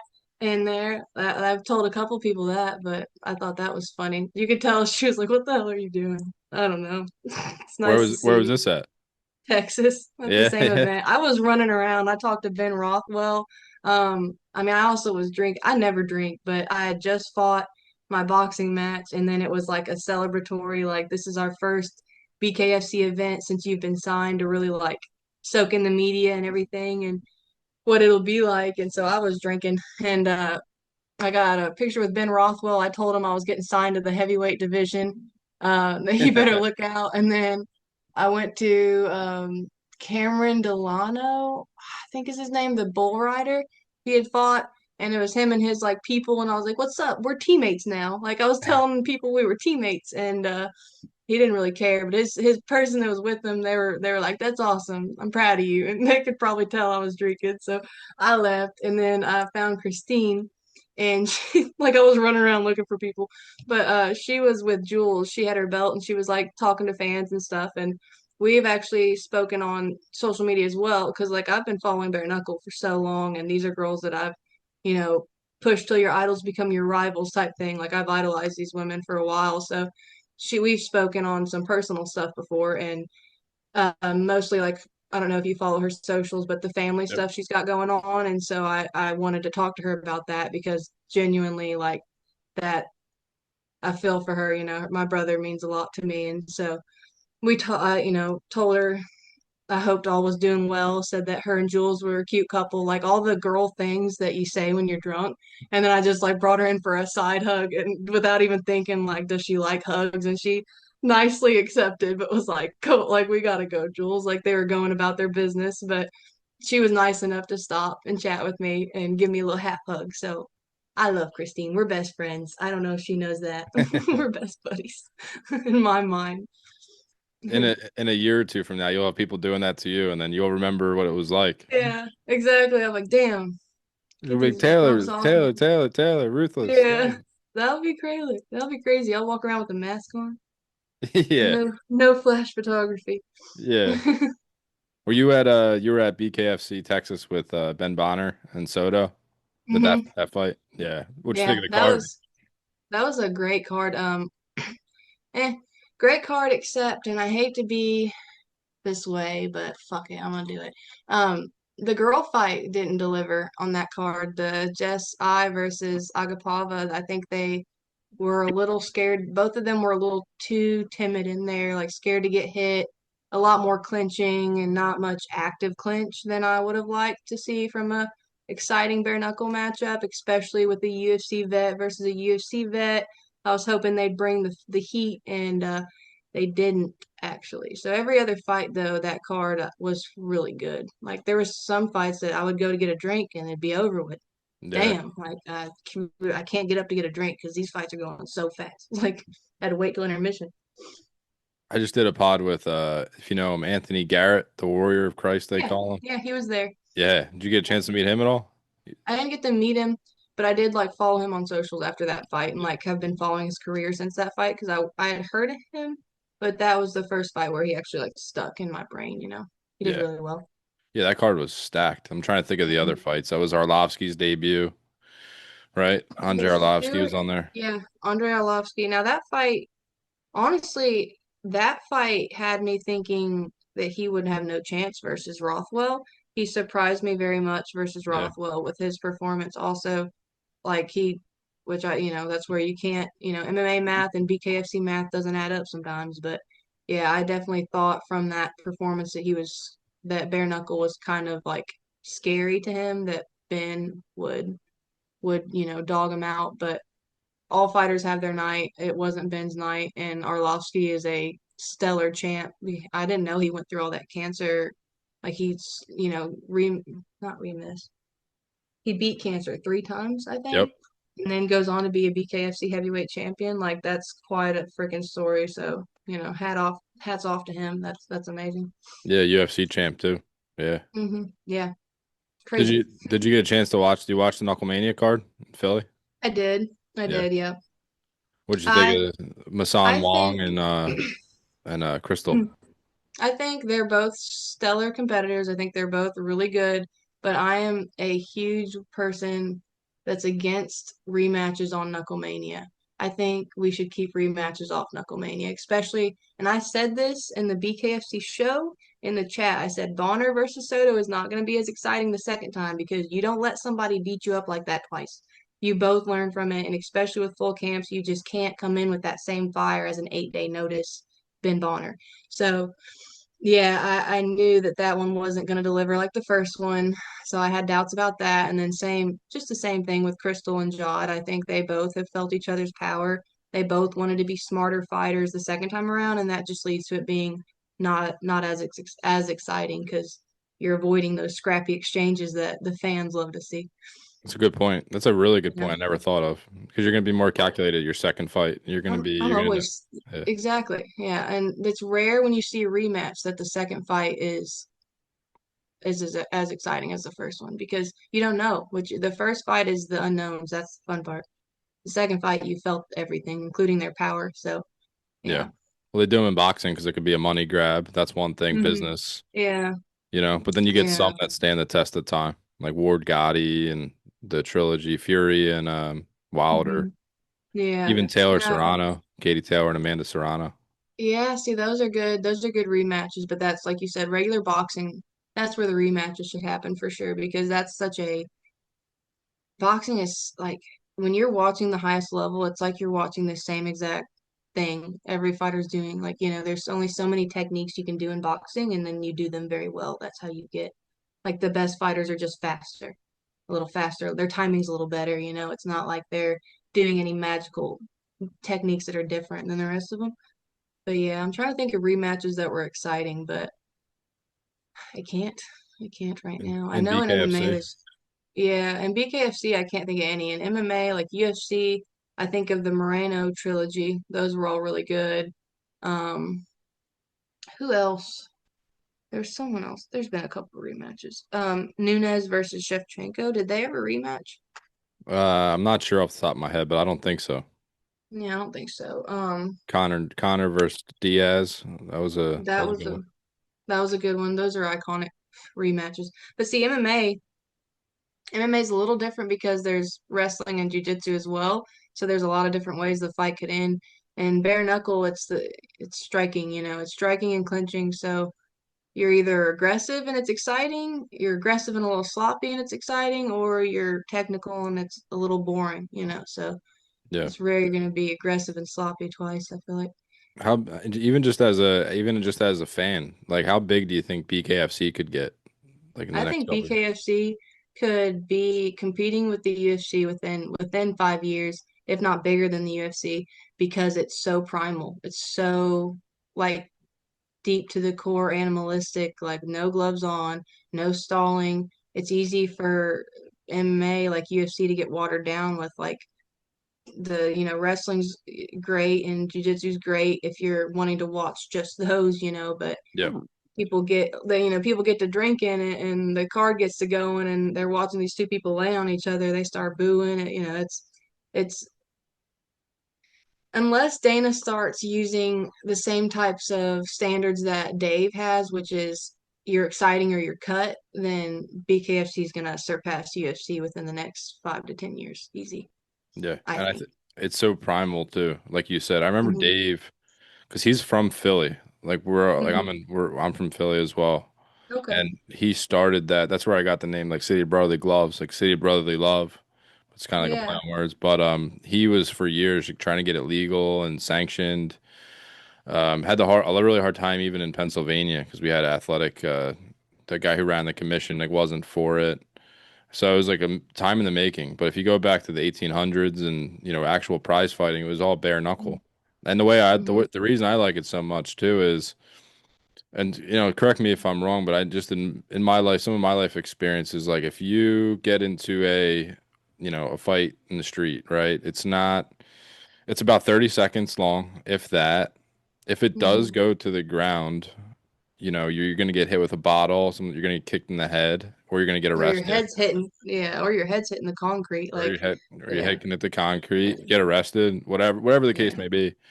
Um, and then so that would be the MMA and wrestling angle. And if you're not going to stand there and point fight in the street either, right? Mm-hmm. But What are the chances you run into another skilled MMA that's fighter what in a I'm street fight? saying. It's the Yeah, closest thing to like a real fight. That's what I'm trying to say. exactly. Yeah, 100%. 100%. Yeah, That's that's the where appeal. exactly. And man, do you watch the Bare Knuckle show very often? I've watched it a lot, but not like consistently. Yeah. Yeah, so there was a clip on the Bare Knuckle show either last week or the week before, of the crowd, the fans. It was a couple teenage boys. Did you see that clip? It And was, man, that yeah. it was exciting because it's like the early UFC days where they were screaming for Diaz and McGregor. That's where we're at right now. Like we're on the cusp of like BKFC history, like being eventually there's going to be a BKFC Hall of Fame, and like I'm signed with the people that are going to be in it, like Christine's going to be in it, Juggernaut's going to be in it. Like that's history in the man. It's crazy. It blows my mind. I keep saying the same thing, but it is really cool to be a part of it and to be for us even as like fans to be alive to see it like at this phase that it's in its infancy, so Yep. And you're gonna be one of the pioneer stars, right? yeah. Yeah, It's crazy. It's surreal. I remember John McCain said that UFC was human cockfighting. And it was like it wasn't Dana couldn't get it commissioned anywhere. Spike TV, The Ultimate Fighter was like how it really blew up. But it's similar to bare knuckle. Like, oh, it's brutal, it's niche, it's yeah, too barbaric, you know. yeah, But then once the money rolls in and things start to change, it'll be mainstream. I have no doubt, yeah, you for know. sure. Because I mean, people say it's too barbaric. What's the difference between a bare knuckle and an elbow? What's the difference between, and in Mississippi where I fight, amateurs could 12 to 6 elbow in Yeah. 2020. Like that was the one that John Jones got his DQ for in the UFC. Like we were allowed to do that as amateurs. So what's the difference in that? And like you said, like people are gonna come around for sure. I think, like you said, once the money gets to rolling in, we get enough superstars. I think this next gen too. We got Nathan Rivera. We've got. I hate lumping myself in until I fight, but I'm gonna lump myself in with the next gen. We've got like Brooke Evans coming in the girls division, Marisol Rue. We've got a lot of new faces that can really grow this company too, and they're just pouring in like new signings left and right. And so we've got the people, we've got the fighters to make it happen. It's just a matter of doing it.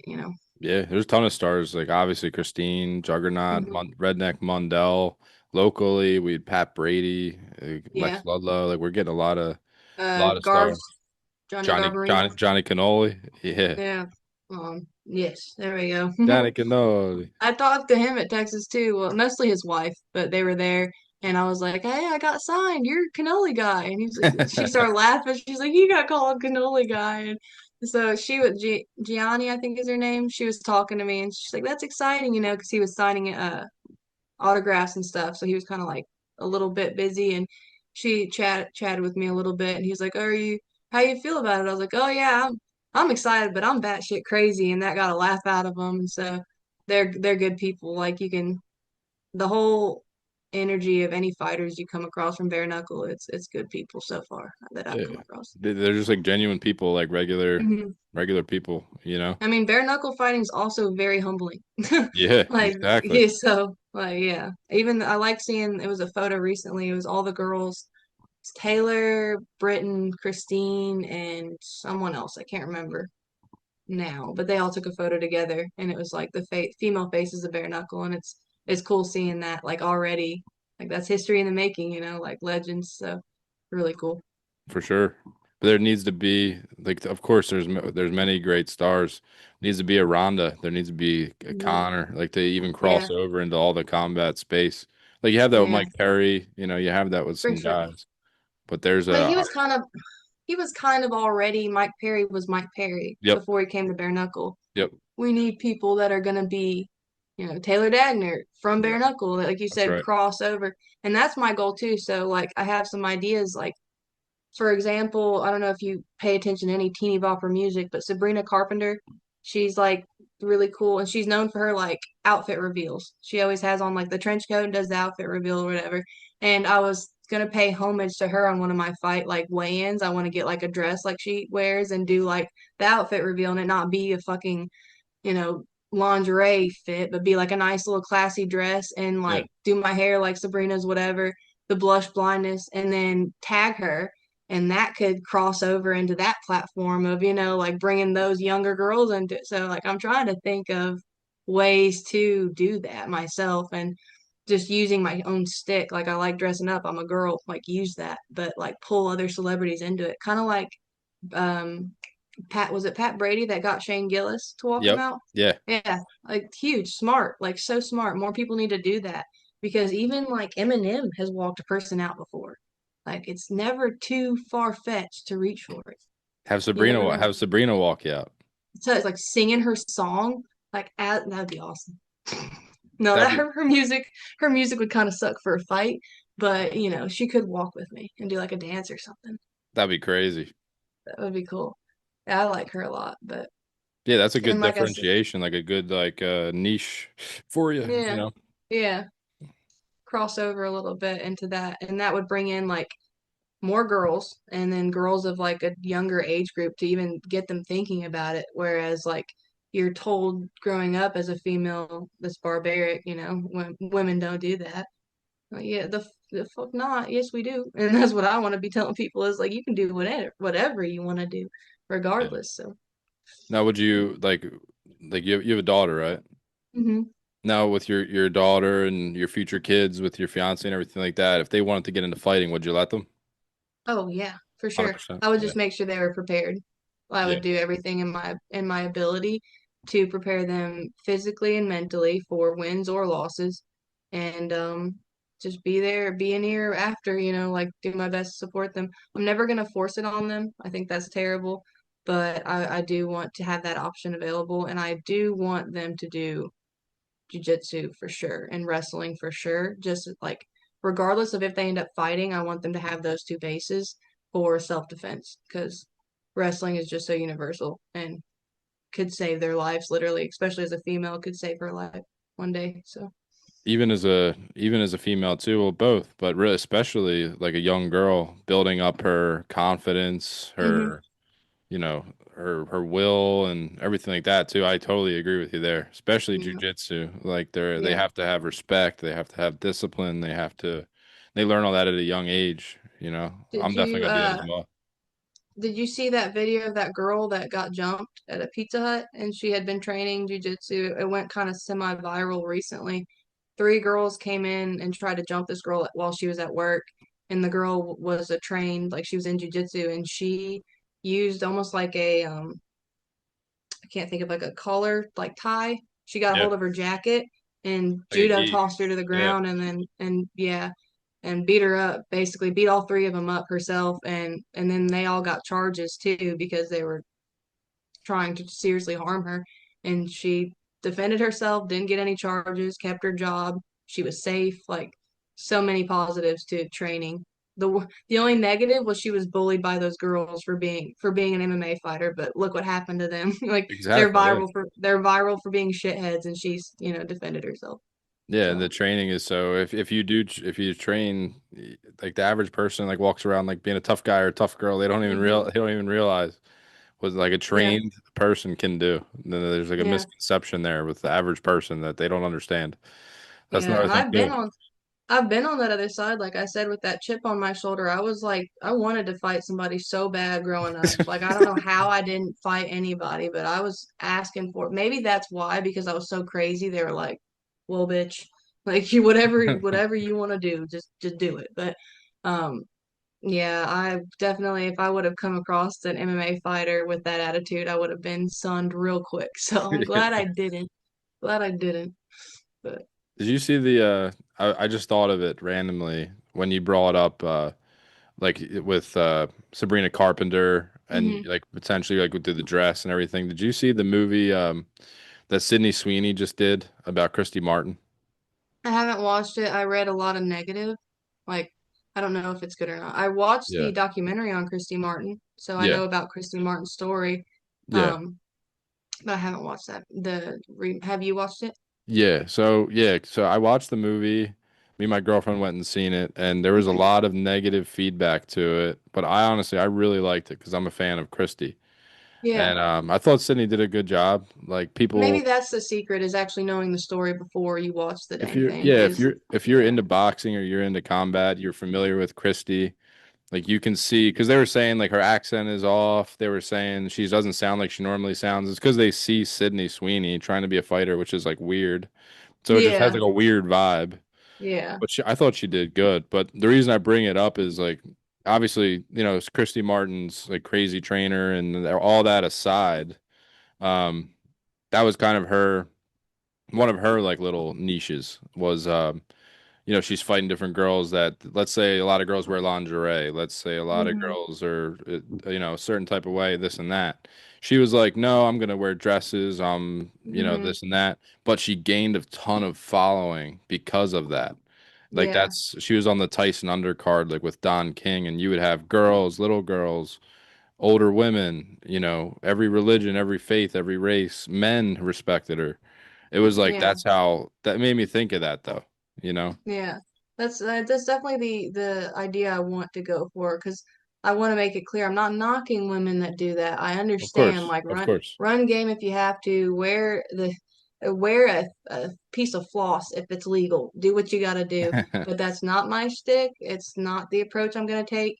Maybe I wasn't as blessed as some of these women that I'm not gonna be doing that, but I just think it will resonate better and it's more me. It's more authentic. That's the biggest thing. That's more myself. And this is kind of like I've never really chatted about this, but I've thought about this a lot. Was that growing up, I didn't really get to do homecomings or prom because I didn't have the money to go get a dress, go get my hair done. I never got my hair done, never got my makeup done, my nails, none of that shit. Like my graduation dress in eighth grade, I went to a thrift store and found something. So I'm getting to kind of do that now. I'm getting to dress up a little bit, and I don't want to wear lingerie. I want to wear a nice dress. I want to be classy, and that's it's almost like I'm living reliving those, moments and each fight is going to be my event. It's going to be my homecoming, my whatever because I do get to dance. It's just a little different than what I Yeah. used to do. So, And every fight will be every fight that you have, whether you're making your debut or it's your championship fight, to have that mindset. Like I'm the main character here. It's my show, just like Christy did when yeah. she would be on the Mike Tyson undercards and all. And it was the Christy Martin show. Yeah. That's a great mindset to That's have. how for sure. It sounds a little egotistical, but it is. Yeah, it's my whatever show I'm on in my head, I'm the main character. Like for sure. I mean, Yeah. and shoot, our main event just got dropped, so I just got bumped up a little. Like I'm not main yet, but I'm a little bit closer. So It'll get there for sure. It'll get yeah, there for sure. yeah, But I like that. People will follow you because of your personality and of your fight style, of course, and everything like that. But authenticity, people really like. And like you said, it's no knock to girls that do like lingerie, and it's no knock to yeah, anyone. It's just an individual style. yeah, People like different exactly. things. Like I Yeah. applaud it, but it ain't for me. Whatever, Yeah, of course. Well, awesome, Taylor. I don't want to take up too much of your time. We're at an hour and an hour Yeah. and a half. I do that, man. I was like, I can't even. I was telling them they went to bingo for it's like a dog shelter thing. Yeah. It's a charity event, but either way, I tend to talk a lot. I was like, it probably will be an hour, but with me, it'll probably be an hour and a half to two. So just letting y'all know, I'll be in here for a while. Nah, I enjoy talking to you. Mhm. It's your time, so Yeah, I enjoy it. shoot, all I do is train, so I got the time. What do you do outside of what do you do outside of all the fight game stuff? Like what are your hobbies and interests like as a person? Yeah, I like music and I like to paint. I have a couple paintings actually I'm working on. If you wanted to see them, I could pull them up Yeah, real grab quick. it. Yeah, almost. I'll be honest with you. I'm listening.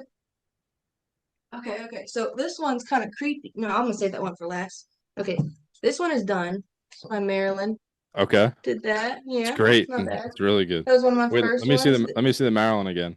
Yeah, here she is. I copied something off Pinterest. Oh wait, let's check this The picture. eyes have like a different vibe to them than normal Maryland art.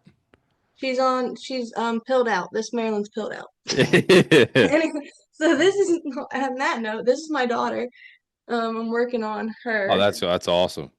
Yeah, I did Valentine's Day pictures. I took them, and then I'm trying to work on realism. That's my second ever realism piece. So I'm trying to get better at that. And then this is one that's just like trippy. That's like a time filler. Oh, that's There's sick. like there's like flowers and stuff in the back It looks and familiar. mushrooms. It looks Yeah, like it's another. I copied it. It's another one I copied. no, but I just go on. looks like one of them cart like it looks so familiar, but I can't think of what it is. Yeah, once I finish it, I'll post it. I'm gonna start doing paint reveals too. I'm trying to like grow my social media mainly for fighting, but it just to get a little momentum going. And so I think I'm Yeah. gonna do paint reveals and just for fun. Yeah, Because just build your brand. that was done in a day. That was a day's work on that purple one. So tonight I'll add more to it and I'll probably get close to finish with it within the week. So You should do one that's like abstract art where it's your how these real artsy people will do their mindset in a certain time of their life and just yeah, whatever comes to your mind. Like here is me, like before I did anything, like here's my mindset in an art form before I made my bare knuckle debut. Here's my yeah, mindset now as a champion. Here's my mind. It's just like that yeah. abstract kind of art. That'd be kind of cool. Yeah, my one idea that's kind of creative because I rarely create things, but is I want to find a photo of me with like my hand raised or me like landing a punch in a different setting and then draw the squared circle and like or having my hand raised, like draw that moment of like me with a belt and have it on a That'd be painting, even if it's badass. not, yeah, even if it's not real, if I've visualized it, yeah. So that's my project I may or may not do that Do you it. now know. Do it 100%. Yeah, Do it with yeah, like what you already have the belt. It's already yeah, yours. Like people do yeah, people I'm not saying to do this obviously, but like people get tattoos and all of the belt. They can yeah, look at it. Like yeah, it would be minor just to do the art piece. You know what I mean? And then have it for like sure. look at it Yeah, every you're right. day. It's not permanent at least, but yeah, no, that and yeah, I think it'd be really cool because then the day it happens, I'll have the side by sides of like what I visualized and how close it was to my reality. So Put a that'd be date really on cool. it. Put a Yeah, year on it. You know. yeah, because that's another thing. Like I'm not in. Some people hear like my goals and they think that means I don't think I'm gonna lose, and I don't think I'm gonna lose. I have faith that I'll win, but I also am real enough to know, or like a realist enough to know that I may have to lose to get to the belt. You know what I mean? Like Christine has lost. People forget that Christine has lost, and a loss doesn't mean I won't get the belt. Like you know what I mean? Like Yep. that's still my goal. Like it's gonna take a lot to stop me. Like everybody to stop me. Like Yeah. the person with the belt is gonna have to stop me too. You know what I mean? So Yeah. yeah, trucking. Yeah, you can't. Yeah, that's the difference between boxing. It's so A side driven, and you can't have an L, and then people fight. I don't know if you did. You watch the Tiafimo Shakur fight? Mm-mm. So Shakur is they fought like 2 or 3 weeks ago, but Shakur is like Shakur Stevenson is a world champion, multiple belt holder, like diehard boxing fan. Like people follow him, but he's long story short, like he cannot afford to get an L essentially. So Because it's before he gets, boxing. yeah, before his payday. Yeah. But that's the difference with UFC. Conor McGregor has how many losses? Ronda Yeah. Rousey has how many losses? Yeah. Yeah. Ronda's fighting on Netflix, and Yeah. Gina. yeah, I guess Her. Gina Carano. Yeah, Did you know the first sanctioned female fight took place in Mississippi? I didn't Gina know. Carano in South Haven, Mississippi, which is 20 minutes away from where I live, was the first sanctioned, or like, I don't know if it was sanctioned UFC or sanctioned female fight in America, but it was like, it's a historic fight and it took place there. That's pretty Blew my crazy. mind. Yeah, it blew my mind when I found that out because I didn't even know the UFC had been in this area, but apparently they have been. They just didn't come back because it didn't make that much money. But And that's women's crazy. combat is its women's combat is still in its infancy, I guess is the right Hmm. word. If you think about it Yeah, over the long scope, because men have been fighting for hundreds of years. Women, I guess you could say the first female boxer was Barbara Buttrick. She was the first female boxer, but that was in the I don't know, I don't even know off the top of my head. I met her at yeah, the Boxing Hall of Fame because I go up to the Boxing Hall of Fame every year, and she was an that's so wild. old woman at the time. But yeah, I mean, MMA wise, it's what? Because remember Dana said in an interview, he's like, I will never do a female MMA fight. Women's fight. Yeah. Yeah, yeah, He that's said, crazy. no one will buy it. I don't want to see girls hit each other. We're not, I will never promote a women's fight. Yeah. And to be honest, I think he still feels that way to the core as far like it's hard for you to unlearn that, like if you grew up with that. And it's not, some people call it toxic masculinity. It's whatever. It's how you were raised. You're gonna think a certain way. But I think deep down in his heart he's probably is the same way. Whenever he watches a boring girl fight, he's probably thinking, this is what I was talking about. You know? Yeah. That's the thing I want to undo is the stigma. I want to be like when they say like she fights like a dude, I want to fight like a dude, but it's the Yeah. like it's the Yeah. women. There's a little more finesse to it, just a little bit. But there's also an element of, yeah, like I agree. Like I don't think he meant anything bad by it. And he even said like I was wrong because of Rhonda. Like once Yeah, Rhonda, there yeah, is a market out there for it. But I think it's something as guys too that you just have that, I don't know if it's like protective is the right yeah, word or like, exactly. it's not like a Yeah. toxic type of No, thing. that's where I Yeah. had to say like screw that talk. Like some people will say that's that, but I Yeah. think it's just like you believe how you were raised or how like you said naturally as a male you want to protect. So a man's first thought watching two girls fight is let me get in there and stop them, not oh this is a good exchange, Yeah. For me Yeah. as a woman, I'm like, oh that was a really good exchange, like hit her harder, But like Yeah. that's just my opinion on it. Yeah, So definitely. I'm with you there. And like it's a respect thing too. It's like man or women in the arena, you have ultimate respect for anyone that makes the walk and they're striving valiantly for a cause and you realize that. But it is that like as a guy, you don't necessarily want to see them beat up each other. It's like a weird yeah, dynamic, you yeah. know? Yeah, no, I definitely understand it. Like I don't yeah, we're all it's biochemical. We made the way we are for a reason. What do you think the brain science is on that? On that, I think it's like you hit the nail on the head, just the protective nature of a man. Like, and if you look in the like Animal Planet world, it's that's the trend is that men tend to be more protective now. Like you also look at Lioness, they are the hunters, and that's where we're having these fighters like the Lioness, Amanda Nunes coming out, and these women are not only physically strong, but mentally really smart. And so it's like a whole different beast. But yeah, I think naturally it's like the testosterone almost you want to stop the fight you want to protect and that's y'all's job at a like biochemical level Yeah. so it makes sense. That's where I don't get mad at my dad, like I joke about it, but that's how they were, and times were different when he was growing Yeah. up, so can't knock him for that. It's just funny to Yeah. laugh like to think about poor guy still watch me do this now. Or even having like a boy and a girl, I guess like in those shoes, it's like your son, you're gonna be hard on him, you're gonna want him to learn through example. And then if you have a daughter, you just want to like protect her. You just want to make sure Hmm. it's like that natural thing. I'm Like, kind of my poor daughter. I'm kind of raising her like a dude. I'm the mom that's like sending her down the hill on the slide. Like you got it. Like you'll learn when you hit the tree that you're good. but with But two badass parents, she'll be good.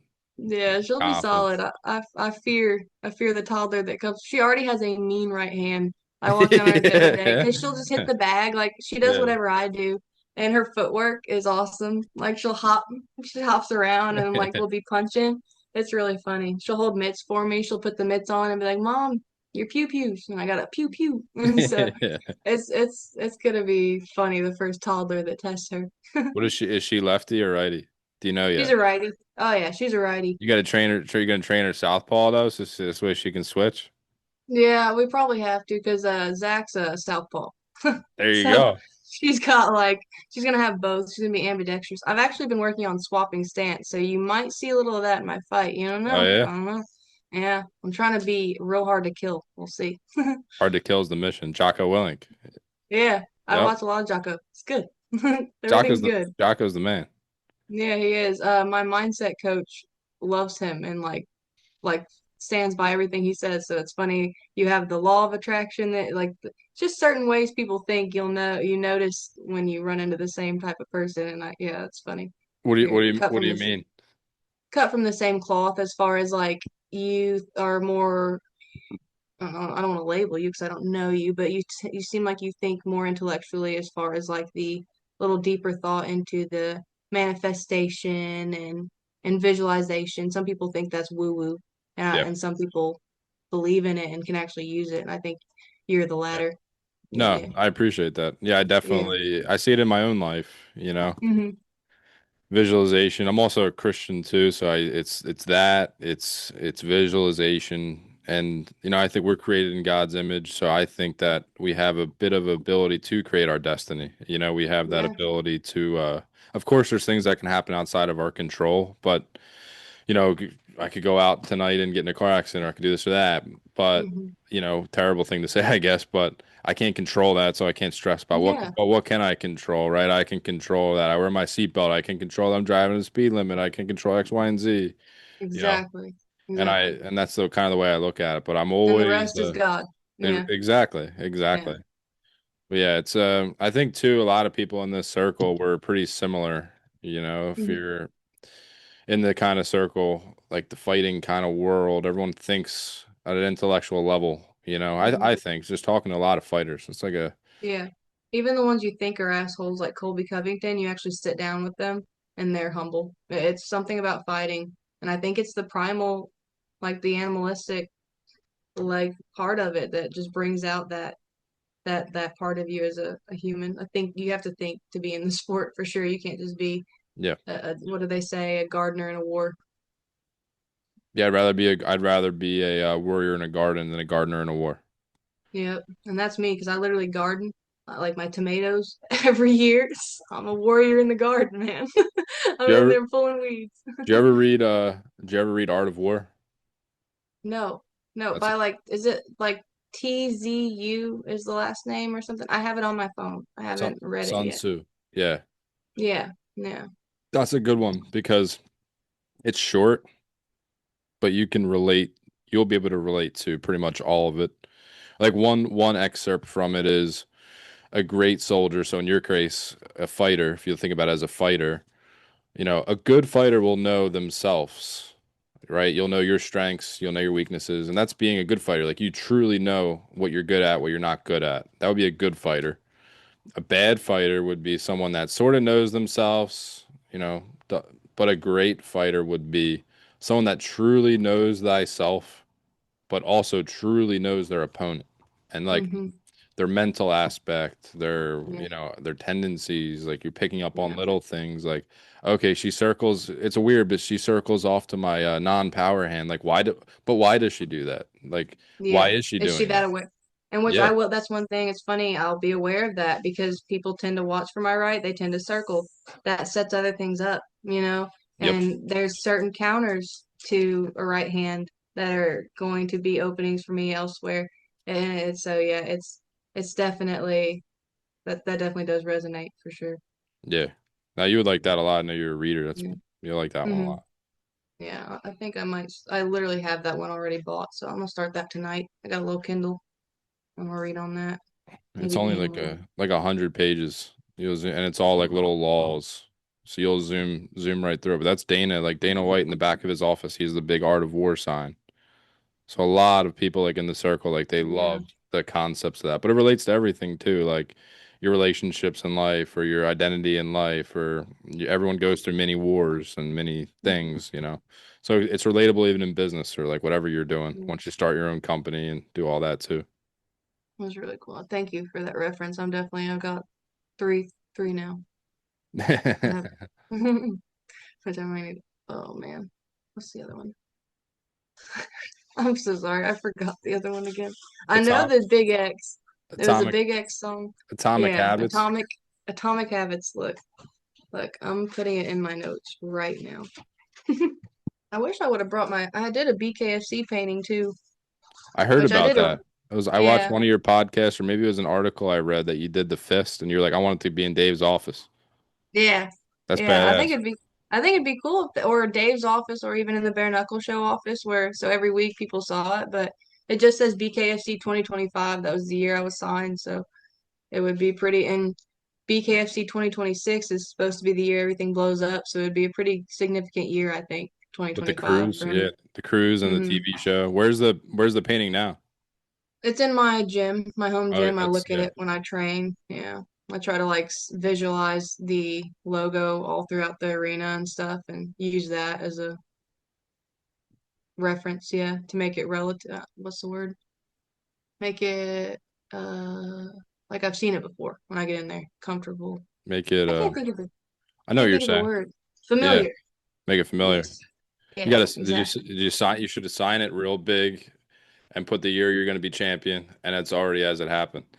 Yeah. Oh shit, that'd be crazy. And then the year I Yep. get the belt, I give it to him. Like, told you. That's what I'm Freaking saying. told you. That'd be crazy. I just sent you that on Instagram. I sent you that song, so you have to take a look at it. I will for sure. Because I've heard all of his songs. I didn't know that one exists.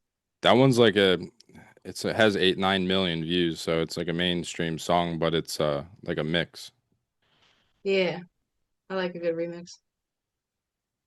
Bam. Really good.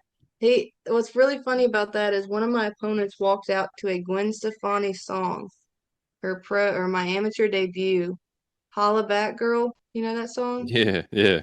Well, she got riggedy wrecked. So now every time I hear that song, I think of me TKOing that girl, and then it's a Gwen. What are the odds? It's a Big X Gwen Stefani remix for my pro debut. That's another. That's another overlap That's what right I'm there. saying. Law of That's very attraction. crazy. Yeah, that's crazy. I'm not gonna say yes because I am so wishy-washy, but I will say that's on the list now. If you It's even just if you do decide, maybe. don't do it. So this way, when everyone watches it and I watch, I'm like, oh shit, you know? Yeah. Yeah. Oh man, that's so funny. Maybe get Big X Uh, to walk you out.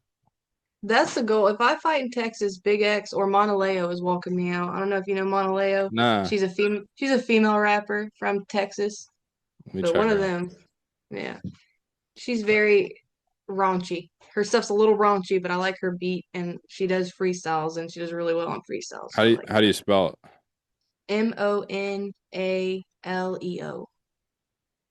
Monaleo. I'll check her out. Yeah. It's weird. I'll I'm not send you like her super into rap. Like, yeah, send it to mhm. me. I'll check it out. I'll send you her freestyle specifically that I like. I'll check it Uh, out. I'm into like I don't know what it is recently, but I'm into music that has like energy to it. I'm into like that's why I like Big X. I yeah. even like it sounds like silly, I guess you'd say, but I like those like hard style songs with the Yeah. has like the songs maybe that we grew up with. I'm 29, so it has like the like 2010s music with like a hard style energy beat to it. Yes. But I also like country. I like oldies. I don't know, I like everything that has a good vibe to it. Yeah, I like you kind of hit the nail on the head. All the new songs that are coming out that pull from the old songs, like Yeah, use the they're beats cool. from the yeah, those are neato. I really like those. A lot of the new stuff I don't really like. So it's like anytime they come out with old stuff. I mean old like 2010. It's good. Hmm. Both like I said, her stuff's kind of raunchy, but I will send it. Just you can see her skill from her flow and rhythm, and like any freestyle, the fact that they're able to do that just blows my mind. Have you ever seen like a freestyle go bad? Like one where I can't think of the Yeah. one that Do you remember do you remember the back in the day it was a couple of them. They used to do those I forget his name already, but they used to do those rap offs. sorry sorry about that. No, it's all good. What Back in was the it? day they used to have them like rap battles. I forget his name Yeah. already, but it would be like the Was it crazy Wild like and Out? I don't remember. It Or was was it the legit rap offs, like where they would be no, it was like underground looking? it was like we learned later that it was all staged, but like 2012 YouTube was it was I forget he had like the glasses and Oh. you know what I'm talking about? He'd be like, "Oh, this one guy would have a real good freestyle, but then the other guy would say like something ridiculous, but all his friends would like go nuts behind him." You know what I'm talking I about? think so. It's Yeah. ringing bells, but it might be just the like. Have you seen Drill Bit Taylor?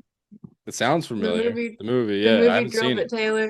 It's where I can't think of the actor, but he comes in. He's just homeless, but he acts like he's a Marine, and he comes in to be a security guard for these kids that are getting bullied, and they have a rap battle, and that's what made me think of that because it's good. You gotta watch it. You gotta watch it. I'll definitely watch it. What are your other favorite movies? Oh man, I got a lot. Step Brothers. Oh Step yeah. Brothers. Um, like The Longest Yard, anything Adam Sandler, Jim Carrey, like the old stuff, like Ace Ventura. That's amazing. Remember the Titans, like Rudy. I like the old, Rudy? like, yeah, I Yeah. like stuff like How that. about the other guys? Remember the other guys? Other guys, yes, wait, yes, with Mark Wahlberg and Will Ferrell. Yeah. Yeah, that makes me think of The Watch. Have you seen The Watch Nah. with the alien? You gotta hold on. You gotta watch that. Forget everything else. You gotta watch The Watch. It's got is it Ben Stiller or Ben Affleck? I can't think of what his last name is, but um, and then the guy from Dodgeball, the main guy from Dodgeball with the Yeah. dark hair, he's in it. Ben Stiller. Um, yeah, and the world gets invaded by aliens, and it's in like a Costco, and he's a Costco worker, but then he ends up taking out like being on watch for these aliens. It's hilarious. It's so funny. I'll check it Yeah, out. yeah. I can't spoil it for you, but it's such a good movie. No, I'll check it out for sure. Yeah, other guys, all them Will Ferrell ones back in the day. Yeah, I like some of the real old ones though, like the more serious ones too, like The Godfather, and yeah. they were I'm all trying to good think of too. serious movies because I did watch serious movies, but all I can think of now are funny ones. Did you ever see Rocky? You see all the Rocky movies? No, no, and No. I've been meaning to, and I feel like a piece of crap because I've been boxing for a while and I ain't watched a single one, but If you watch and I'm if you about to be if you going up watch north Rocky, like guaranteed fire. If you'll have you want to run through a wall after you watch Rocky. I'll watch Rocky like right before my fight. I'll wait till the night before my fight and I'm gonna watch Rocky because It's all yeah. about it's all about imposter syndrome. Hmm. It's all about like the actual like being in the arena, like that Yeah. feeling. I He watched motivational clips like on YouTube and Rocky's always in there. Like yeah. the quotes from there. I can't think of one. Oh, it ain't about how hard you hit. It's about how hard you can get hit and keep moving forward. That's my favorite. So that one Yeah. is Rocky 6. So Okay. Rocky Balboa. And people don't like I guess commoners, casuals will not like it. But if you're from Philly or you're like a diehard Rocky fan, that's one of your favorite ones because of Yeah. the emotional element to it. I won't give you any spoilers, but if you watch them Yeah. all, you'll like it. But my favorite one of my favorite clips is in Rocky 1. It starts off with it's actually a picture of Jesus in the very first frame, and then it goes down to him, like a man who's just struggling. He's on his journey. He doesn't have his purpose. And I won't give you any spoilers, but at one point his wife says, Adrian says, why are you up? Like he was up all night, he can't sleep, and he's like, who am I? Like I'm a nobody. I'm fighting the best fighter in the world. Like I'm not even supposed to be in the ring with this guy. Like having serious like self-doubt and serious anxiety and serious imposter syndrome. And to take the fight, it was initially he thought it was just gonna be like a sparring thing. He's like, "Oh yeah, I'll spar with the champ." And they're like, "Well, do you want Hmm. to fight him?" He's like, "No, I don't want to get all beaten and mangled. No." But then finally he Yeah. does, and the whole time it's that like that imposter syndrome. And that's the famous line. He's like, I just want to be able to go the distance. Like I just want to go the Yeah. distance. Yeah, Yeah. and people from Philly can relate to it. And you Yeah. I probably get everyone. goosebumps. Yeah. Yeah, I get just from the quotes from that movie, so I really do need to watch it. But I just love stuff like that. Like those some people think they're corny, but those compilations of different powerful speakers, like Yeah. the energy is even Brian, did you see Brian Battle's speech recently Brian Battle's the after man. DBX where he said, the weight doesn't get lighter, your shoulders get stronger, your back gets broader. Like that stuff speaks to people. And I'm terrible on the mic, so I probably won't have a moment like that. But I think like that, and I like stuff like that. So it resonates for sure. You gotta already. That's another thing too. Is in the Rocky movies, one little thing that people don't pick up, like when he runs the steps, and My he seatbelt, says, "You all right?" my seatbelt fell over again. I'm so sorry. Okay, You gotta get a new chair. I'm centered. I just can't lean left. But oh, No, he sorry. What says, were you saying? no, he says, when he runs up the steps, like people don't catch it, but he says like I am. So at the end of every movie, he says I am, and it's like Mm, that, like I am. I'm not an imposter. I am the guy. yeah, I am. I'm exactly who I say I am. Like, Yeah. You would I love like it that. though. You would really love it a lot. Shit, yeah. I'm gonna watch.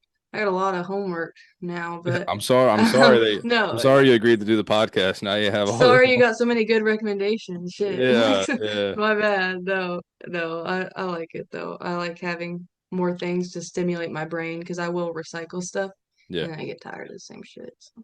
You got to visualize, or not visualize, I guess would be the right word, but already have your victory speech planned out. Mhm. I do have a couple Yeah, lines or like things I've thought about because I'm gonna be going to Florida for 3 weeks for camp. Like at the end of this training at home, I'm gonna be leaving my daughter for 3 weeks.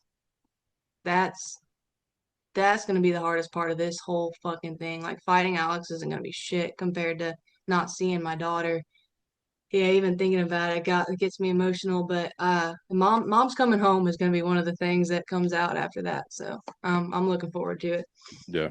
I feel bad for her for standing between a woman and her kid because that's where she's at right now. Have that energy. Have that. Yeah. Let it drive you. Mhm. You know. 100%, 100%. I mean, this will be the first time, those 3 weeks in Florida will be the first time I've been able to train and just focus on training. I was working a full-time job when I started fighting, and then I went straight from that. Like, I worked until I was 38 weeks pregnant, got sick, and had to quit, and then had my daughter, and I've been like taking care of her since. So, this will be my first camp that I can do 3 weeks in the hole in that mode, like, and she's gonna be that motivator. I got a picture of her in my wallet. So yeah, she'll be with me in that squared circle for sure mentally. Yeah, that's a good energy to have. Mm-hmm. It's anxiety, or I guess the nervous to think about that, but in the end, Mm-hmm. in the end you'll be Yeah, all right. it's yeah, that's it's so funny because I get more stressed thinking about leaving my kid than I do the fight, but that's good because that's the way I look at it is she's the last hurdle. Like she's literally a person in my house standing between me and my kid is where I'm gonna put myself mentally. And I have to kill this girl. Like this, it Yep. sounds insane, and I really don't hope it gets that far because that has happened in fights before, but that's how I have to fight. I have to fight like it's my life or hers. I got a kid to go home to. So, Absolutely. You have to have yeah. that mindset. You hope that nothing happens, of course, but Hmm. don't get into the like they say, don't make the walk if you know what I mean? You have Yeah, to have that exactly. mindset. Yeah. Like kind of like John Jones in DC where he was like I hope you're ready to die.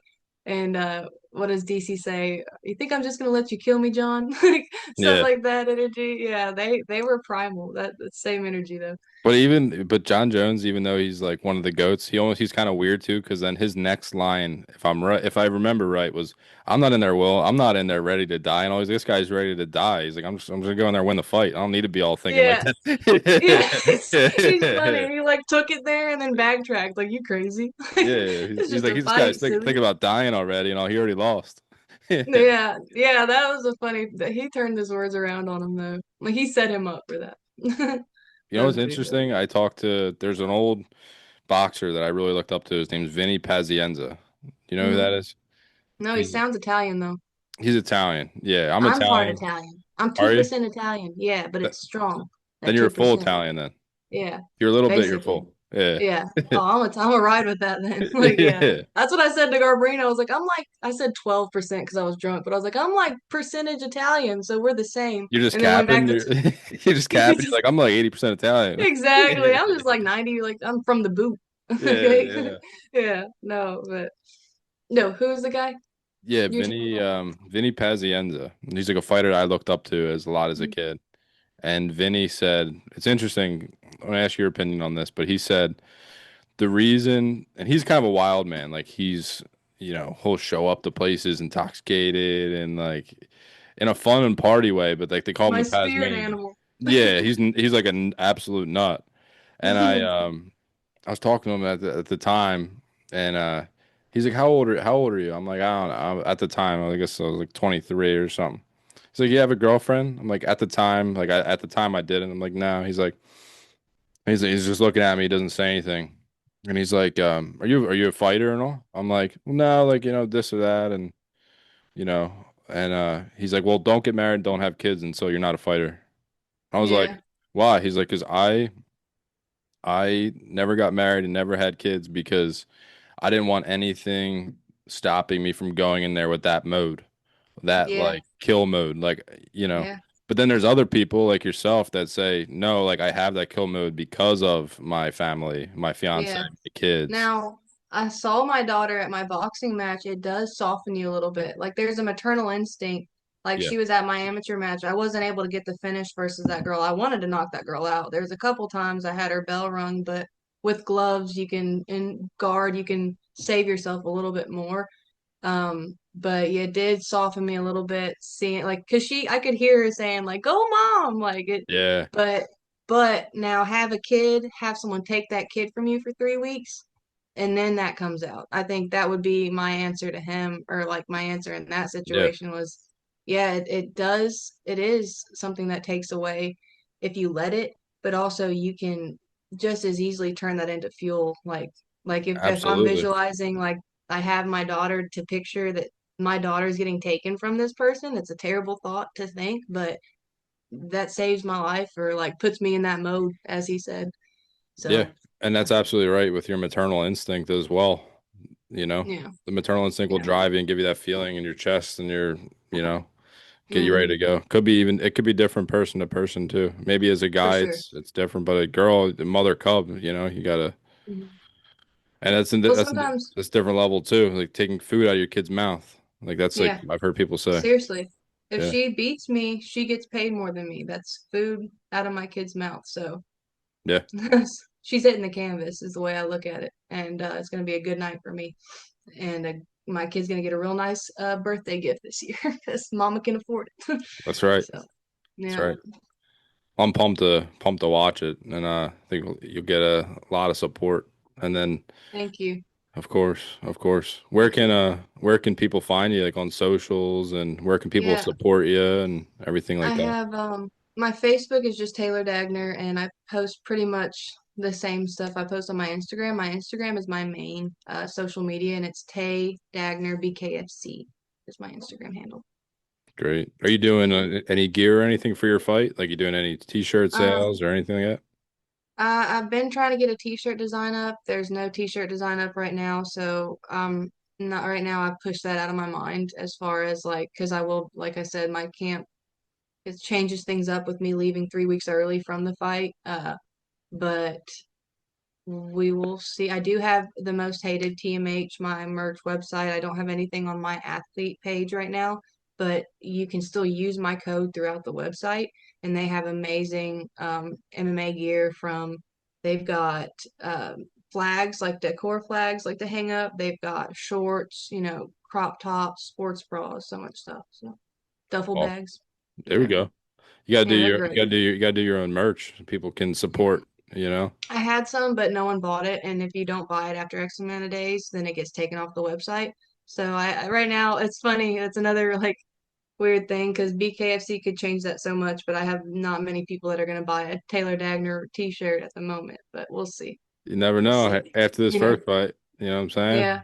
Might be my fist hitting her face and Yeah. the shirt. That's the photo Or on the shirt. come up with a cool logo. Like it has like I I I drew ruthless. one out. Yeah, I don't know why, or like I don't know if it was issues with like pixelation or what, like getting my design to a shirt, but I had a shirt design that I designed myself, which was also going to be one of my things, like because I paint and shit like that, and I Yeah. can do my shirt designs, but it didn't hasn't come to fruition yet. I don't know what's going on with that. If you do paint it, send it to me and I can make it into a graphic. Do like no problem. You know what I mean? Oh yeah, yeah. If you Thank paint you. something up, I can make it into a graphic and just send it back to you. I did it Oh for yeah. a few fighters. I'll show you actually one. This is one of my boys right here too. I designed this shirt for him, but like made that logo. Oh, that's cool. Yeah, if you I can, like that. you probably can't see it too well, but Yeah, I like that. he just kind of sent me what he wanted. He's not an artist like you. He just sent me what he wanted. Is that an album behind you? It's up a little bit. Not the Pang, but up one. Which one? The it's like a face. Oh no, it looks like somebody punching somebody actually. Up Right here? that one. Yeah. That's Joe Frazier. Um, Okay. Philadelphia. You know Joe Frazier? Uh-uh. So Joe Frazier is like one of the top like heavyweight boxers of all time. Like he fought Muhammad Mm. Ali and uh Damn. from Philly, So that's like I'm real big on like I'm kind of a nerd when it comes to like collecting things. Like you said, you had memorabilia too. Yeah, Like I'm the same way. Yeah. yeah, like I'm a nerd like when it comes to that. So that's Joe Frazier. This is Rocky Marciano. So me being also Italian, I really like Rocky. Yeah. Oh yeah. Those Us over there. Italians, we have to unite. Yeah. We These really do. these are over here actually from Pat Brady. He Oh, show you this. cool. Yeah, I'm now that I'm getting more aware of who's from where, I'm realizing that there's a lot of Philly fighters in BKFC. Yeah. And like, yeah, there's it's quite concentrated. Pat or yeah, Pat gave me this. This was like one of his BKFC sweatshirts, but Pat Brady signed it. This is Johnny Cannoli. This is Lex I'm gonna Ludlow. You I'm can gonna get you one. I'm gonna hell get you yeah. one too. Hell Yeah, yeah. I'll put it it's behind. happening. Yes. And then you can But tell people that one's from Taylor Dagner right I there. definitely will. I Yeah, definitely will. And then this that's is it. all BKFC. That's Knucklemania. Now, Knucklemania. Philly, the girl I'm fighting, she's from Connecticut. So do y'all like, is there any like loyalty there, you know? Is Connecticut close to Do Philly? we What claim Connecticut? exactly? Yeah, Nah. how does that no. So like okay, yeah, okay, cool. Nah, Awesome. that's like maybe 5 hours away. Oh, okay. I don't it's all they're all Yeah. there's a lot of small states up there. Isn't it all just Rhode Island? There's a It's like it's Maine. Philly is like so saturated, but it's I guess concentrated is the right word. It's very Mhm. tight knit. So even if you're Okay. from, I could get in my car and drive to New York City in an hour, 2 hours probably. Mhm. But like you would think that we're two different tribes, like we're two different Native American Yeah. tribes, like Yeah, even if basically, I didn't know if Connecticut was part of your tribe, but I guess it's far enough away yeah, that hell yeah. So y'all can be on my side then. Like 100%. Yeah, like Johnny 100%. Garb and all my people that I've met now, I'm like, y'all need to be Team Dagner. But if you're from that area, Here's I understand. from Johnny. Yes, cannoli. Now I'm curious now. He's getting more and more creative with the cannoli. How is he gonna slap his next opponent, you know? Is he gonna like go to their house one day like when they're not expecting it? I don't know. I mean, did you see when he tried to do it the last time against Kane and he fell off the stage and it was all Yeah, the security and yeah. I didn't know if the Dave security the like whole knocked him time. off. I was there when it happened. So I was if you watch the broadcast back, like I just asked like two questions or whatever. But it was Mhm. funny because I got a media pass and there's like a couple media guys and I'm not really media per se. I just like to talk to fighters and have conversations. I'm not like a news reporter or anything like that. Mhm. But you'll have like some newspapers people there, you know, have some like legit people. But then randomly for Philly, all these South Philly people got in line and like lied because you have to. I had like a media pass on. Mhm. I don't know how they got into the line, to be honest. I wasn't paying attention. I'm anxious to ask Pat a question or Yeah. whatever, You're so in I'm your not. own world. Yeah. Yeah.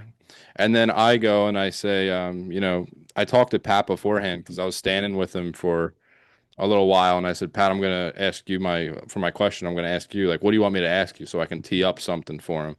And he said, ask me about Shane, if Shane's gonna walk me out. I was like, Oh, okay. you asked that question. Yeah, so I actually didn't ask it because the main like announcer asked him it right away for his question. So then I had Man. to ad lib because Pat was like, "Yo, make sure you ask me that one." So I asked him like a generic question or whatever. Um, but then right after me, it's like all these South Philly people just like going off on Kane. Like, yeah, Yeah. we'll see you after the fight. This and that. It's like, It looked yeah, like a meatball. yeah, like Looked going like a off. meatball. The one like little girl, like not I shouldn't say girl, she was a grown woman, but tiny woman. She's like, Yeah. yeah, I work right down the street at the hospital, like all that stuff. But then the Like guy who was running media said, he was like, Dan, and can you ask like, they had to like kick people out, and so I asked another question like Redneck Mundell, and then that caused they started yelling at each other, him and Juggernaut. But then when they did the face-offs, Dave was like. don't throw it. Like, don't do the cannoli thing. Don't, I'm serious. Don't do it. And he put the Oh, cannoli box like behind him so it didn't look like he would do it. Like he just faked it and then put it down. yeah. So I don't know if he's going to be long story short, long-winded. I don't know if how he's going to get the next one off. Because Dave's like, no, like mad Yeah. about it now, or like does. Well, I mean, that was a giant cannoli. That was quite a mess. But That think was a about it. really, You have like legends up there. Like Pat Brady to me is like a legend yeah, in Philly, especially now he's like a, after Knucklemania, he's just a certified stamped like BKFC Hall of yeah. Famer. But you had Rothwell up there, Orlovsky, and they're getting cannoli cream on their like all over their like you know what I Mm-hmm. mean? Yeah, if you So think that's about it, so it's I too much. yeah, I guess that's why Dave's like we have to clean up the whole stage. I got fighters, and Pat Brady has stuff all over his hat. Like you know what I mean? Yeah, What do you think turned though? into. What do you think? I think Well, it's a cool I think niche, this. but I think the cannoli the size of a newborn baby was a little too much, but maybe if he could have like he should have gone the other route and got a micro cannoli that he could have hid. And yeah. so like and so like he could like shake his hand and cannoli smack, like That's a he good needs to one. start he needs to start going a different route with it or like yeah, I don't know, but it's funny though because now that that's his stick and it's like getting to the point where it's not allowed, what is he gonna do? Is he gonna wear a shirt Yeah. that says cannoli guy? Like he's got to do something He's got because I or mean, like after a while it'll probably get like old, like especially get about like the yeah, casual. So what he's probably got to do, I mean, I'm a nobody, but I would say for this next couple of fights he kind of drops it and he yeah, just because he's going to be ranked and he's going to he's going to climb the ladder and then yeah. he should wait for himself to get the title shot and then fucking bring out the cannoli. They're like, "Oh shit, Bring it's back." That's what it's he should like do. it's like on a stretcher. They bring it in. It's like the size Yeah. of a Yeah. the king cannolis here. That would be hilarious. Like people Yeah, almost forgot about it, you know? yeah.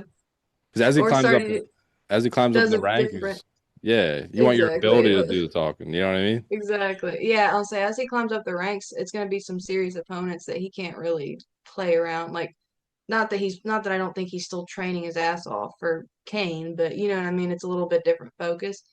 But he could do other Italian dishes. Hits him with a caprese salad, caprese, however you say it. Yeah, Like starts gets out the mozzarella, a yeah. meatball. You're deprived being Illinois and Mississippi of good food, good Yeah. Italian food. Yeah, good Italian food is very few and far between down here. I actually need to get a pasta roller because I can make my own dough, but it's not nearly as thin. Like I make my own pasta or dumplings and shit like that. So Yeah, true Italian. I have to do the right fingers. There you go. maybe manifest your second or third fight. Well, probably not your second. Maybe your third fight at Knucklemania in Philly. That would be cool. Yeah. I was pushing for which is not realistic in hindsight, but for my debut to be on Knucklemania because 6 is my lucky number. It's 2026 Knucklemania 6, so I'm like put me on and then I had a bunch of people. I sent it to like hundreds of people and so I had hundreds of people tagging me in the comments and I thought that would be I don't know if it got to 100 but at least 50 comments with my name on it and I thought that would be enough but I'm a nobody in the scope of bare knuckle fighters right now. So Nate was like, "No, we can't do it." Okay, Nate, it's fine, but next year I'm gonna ask for next year at least. I don't know. I think it'd be cool. Like you said, it doesn't have to be my second fight. Like I'll fight between now and then, but I think I'll be exciting enough to earn Knucklemania spot next year. And now that there's another clip right there too of when you're on Knucklemania next year. Try Yeah. getting on. Boom. Yeah. Exactly. Couldn't do it. And we're here now. Yeah. I'm making clips everywhere. I'm trying to drop little Easter eggs that I can go back to whenever I get these opportunities and be able to say, like, yeah, I said it. And that's another thing. A lot of people don't speak it because they're scared, I guess, to be like for people to say, like, oh, that's far-fetched or like cocky or whatever. But if it doesn't happen, oh no, I believed in myself. Like, well, really, what's this sweat off my back? But yeah, if it does happen, now it's cool. I predicted the future. You were striving valiantly while they weren't Exactly, timid souls. for a worthy cause, and they're a timid soul walking out. Yeah, you're putting yourself out there. You know what I'm saying? 100%. That takes the most 100%. courage is anything. They not even outside of fighting, but anything. Like it's putting yourself out there. And when debut win, and after you're a big star, you'll have to still come on the podcast every once in a while and talk Oh yeah, fighting. I won't forget you when I'm That's being fanned and fed grapes. I'll what I'm say, saying. That's what I'm yeah, saying. no, I won't forget you. I think that's one thing too.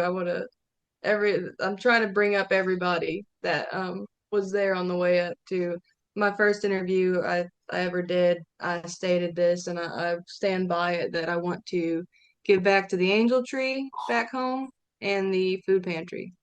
That'd be two huge things that like we didn't use the Angel Tree every year, but it was something we had to use and I want to be able to help a family back. That's Well, awesome. now that I'm able to, or when I'm able to. I still am not there yet, but force in the foreseeable future I will be. Yeah. That is the hardest part. Like one of my first DMs to Christine Fiera was, I want to do bare. It was 2022. I said I want to do bare knuckle. What do I do to prepare for that in training? And she said take some boxing matches or like go box. And so I boxed, and I'm here now. So it's crazy, Yeah. pretty crazy. So like when we're making clips and doing all that, it'll all come to fruition. There's no negative thoughts at all, but striving valiantly and put yourself out there, you know. Exactly, exactly. So, I mean, I'm winning just by having this opportunity. I really feel that way. Like, Yeah. yeah, Winning in life. exactly, Yep. exactly. Awesome. We're all excited for the debut and following your career. Yeah. Any last shout outs for I know we got your socials. Drop your socials one more time too before the shout out. Taylor Dagner and then Tay Dagner BKFC. Taylor Dagner on Facebook, Tay Dagner BKFC on Instagram. And of course, I wanted to thank my family and my friends, anyone that supports me, um, specifically my sponsors, TMH, Bucked Up, Seeing Contracting, Dagner Restorations and Renovations. Oh, I don't want to miss any of them. And HKA USA, the best glove company in the world. And then really just anyone, I say this every time, but anyone that believes in me and who sees this vision before it comes to fruition, I appreciate y'all. Y'all are the energy that is helping, move this towards its inevitable goal and destination, which will be me with the gold around my waist. So, Awesome. yep. Well, thanks so much for the time, Taylor. It was awesome talking to you. It was a really Yeah. good conversation. Yeah, I really enjoy it. I try to make it more like I'm talking to a friend than like being an interview. So Yeah. I appreciate you. Your energy was like made that real easy for sure. So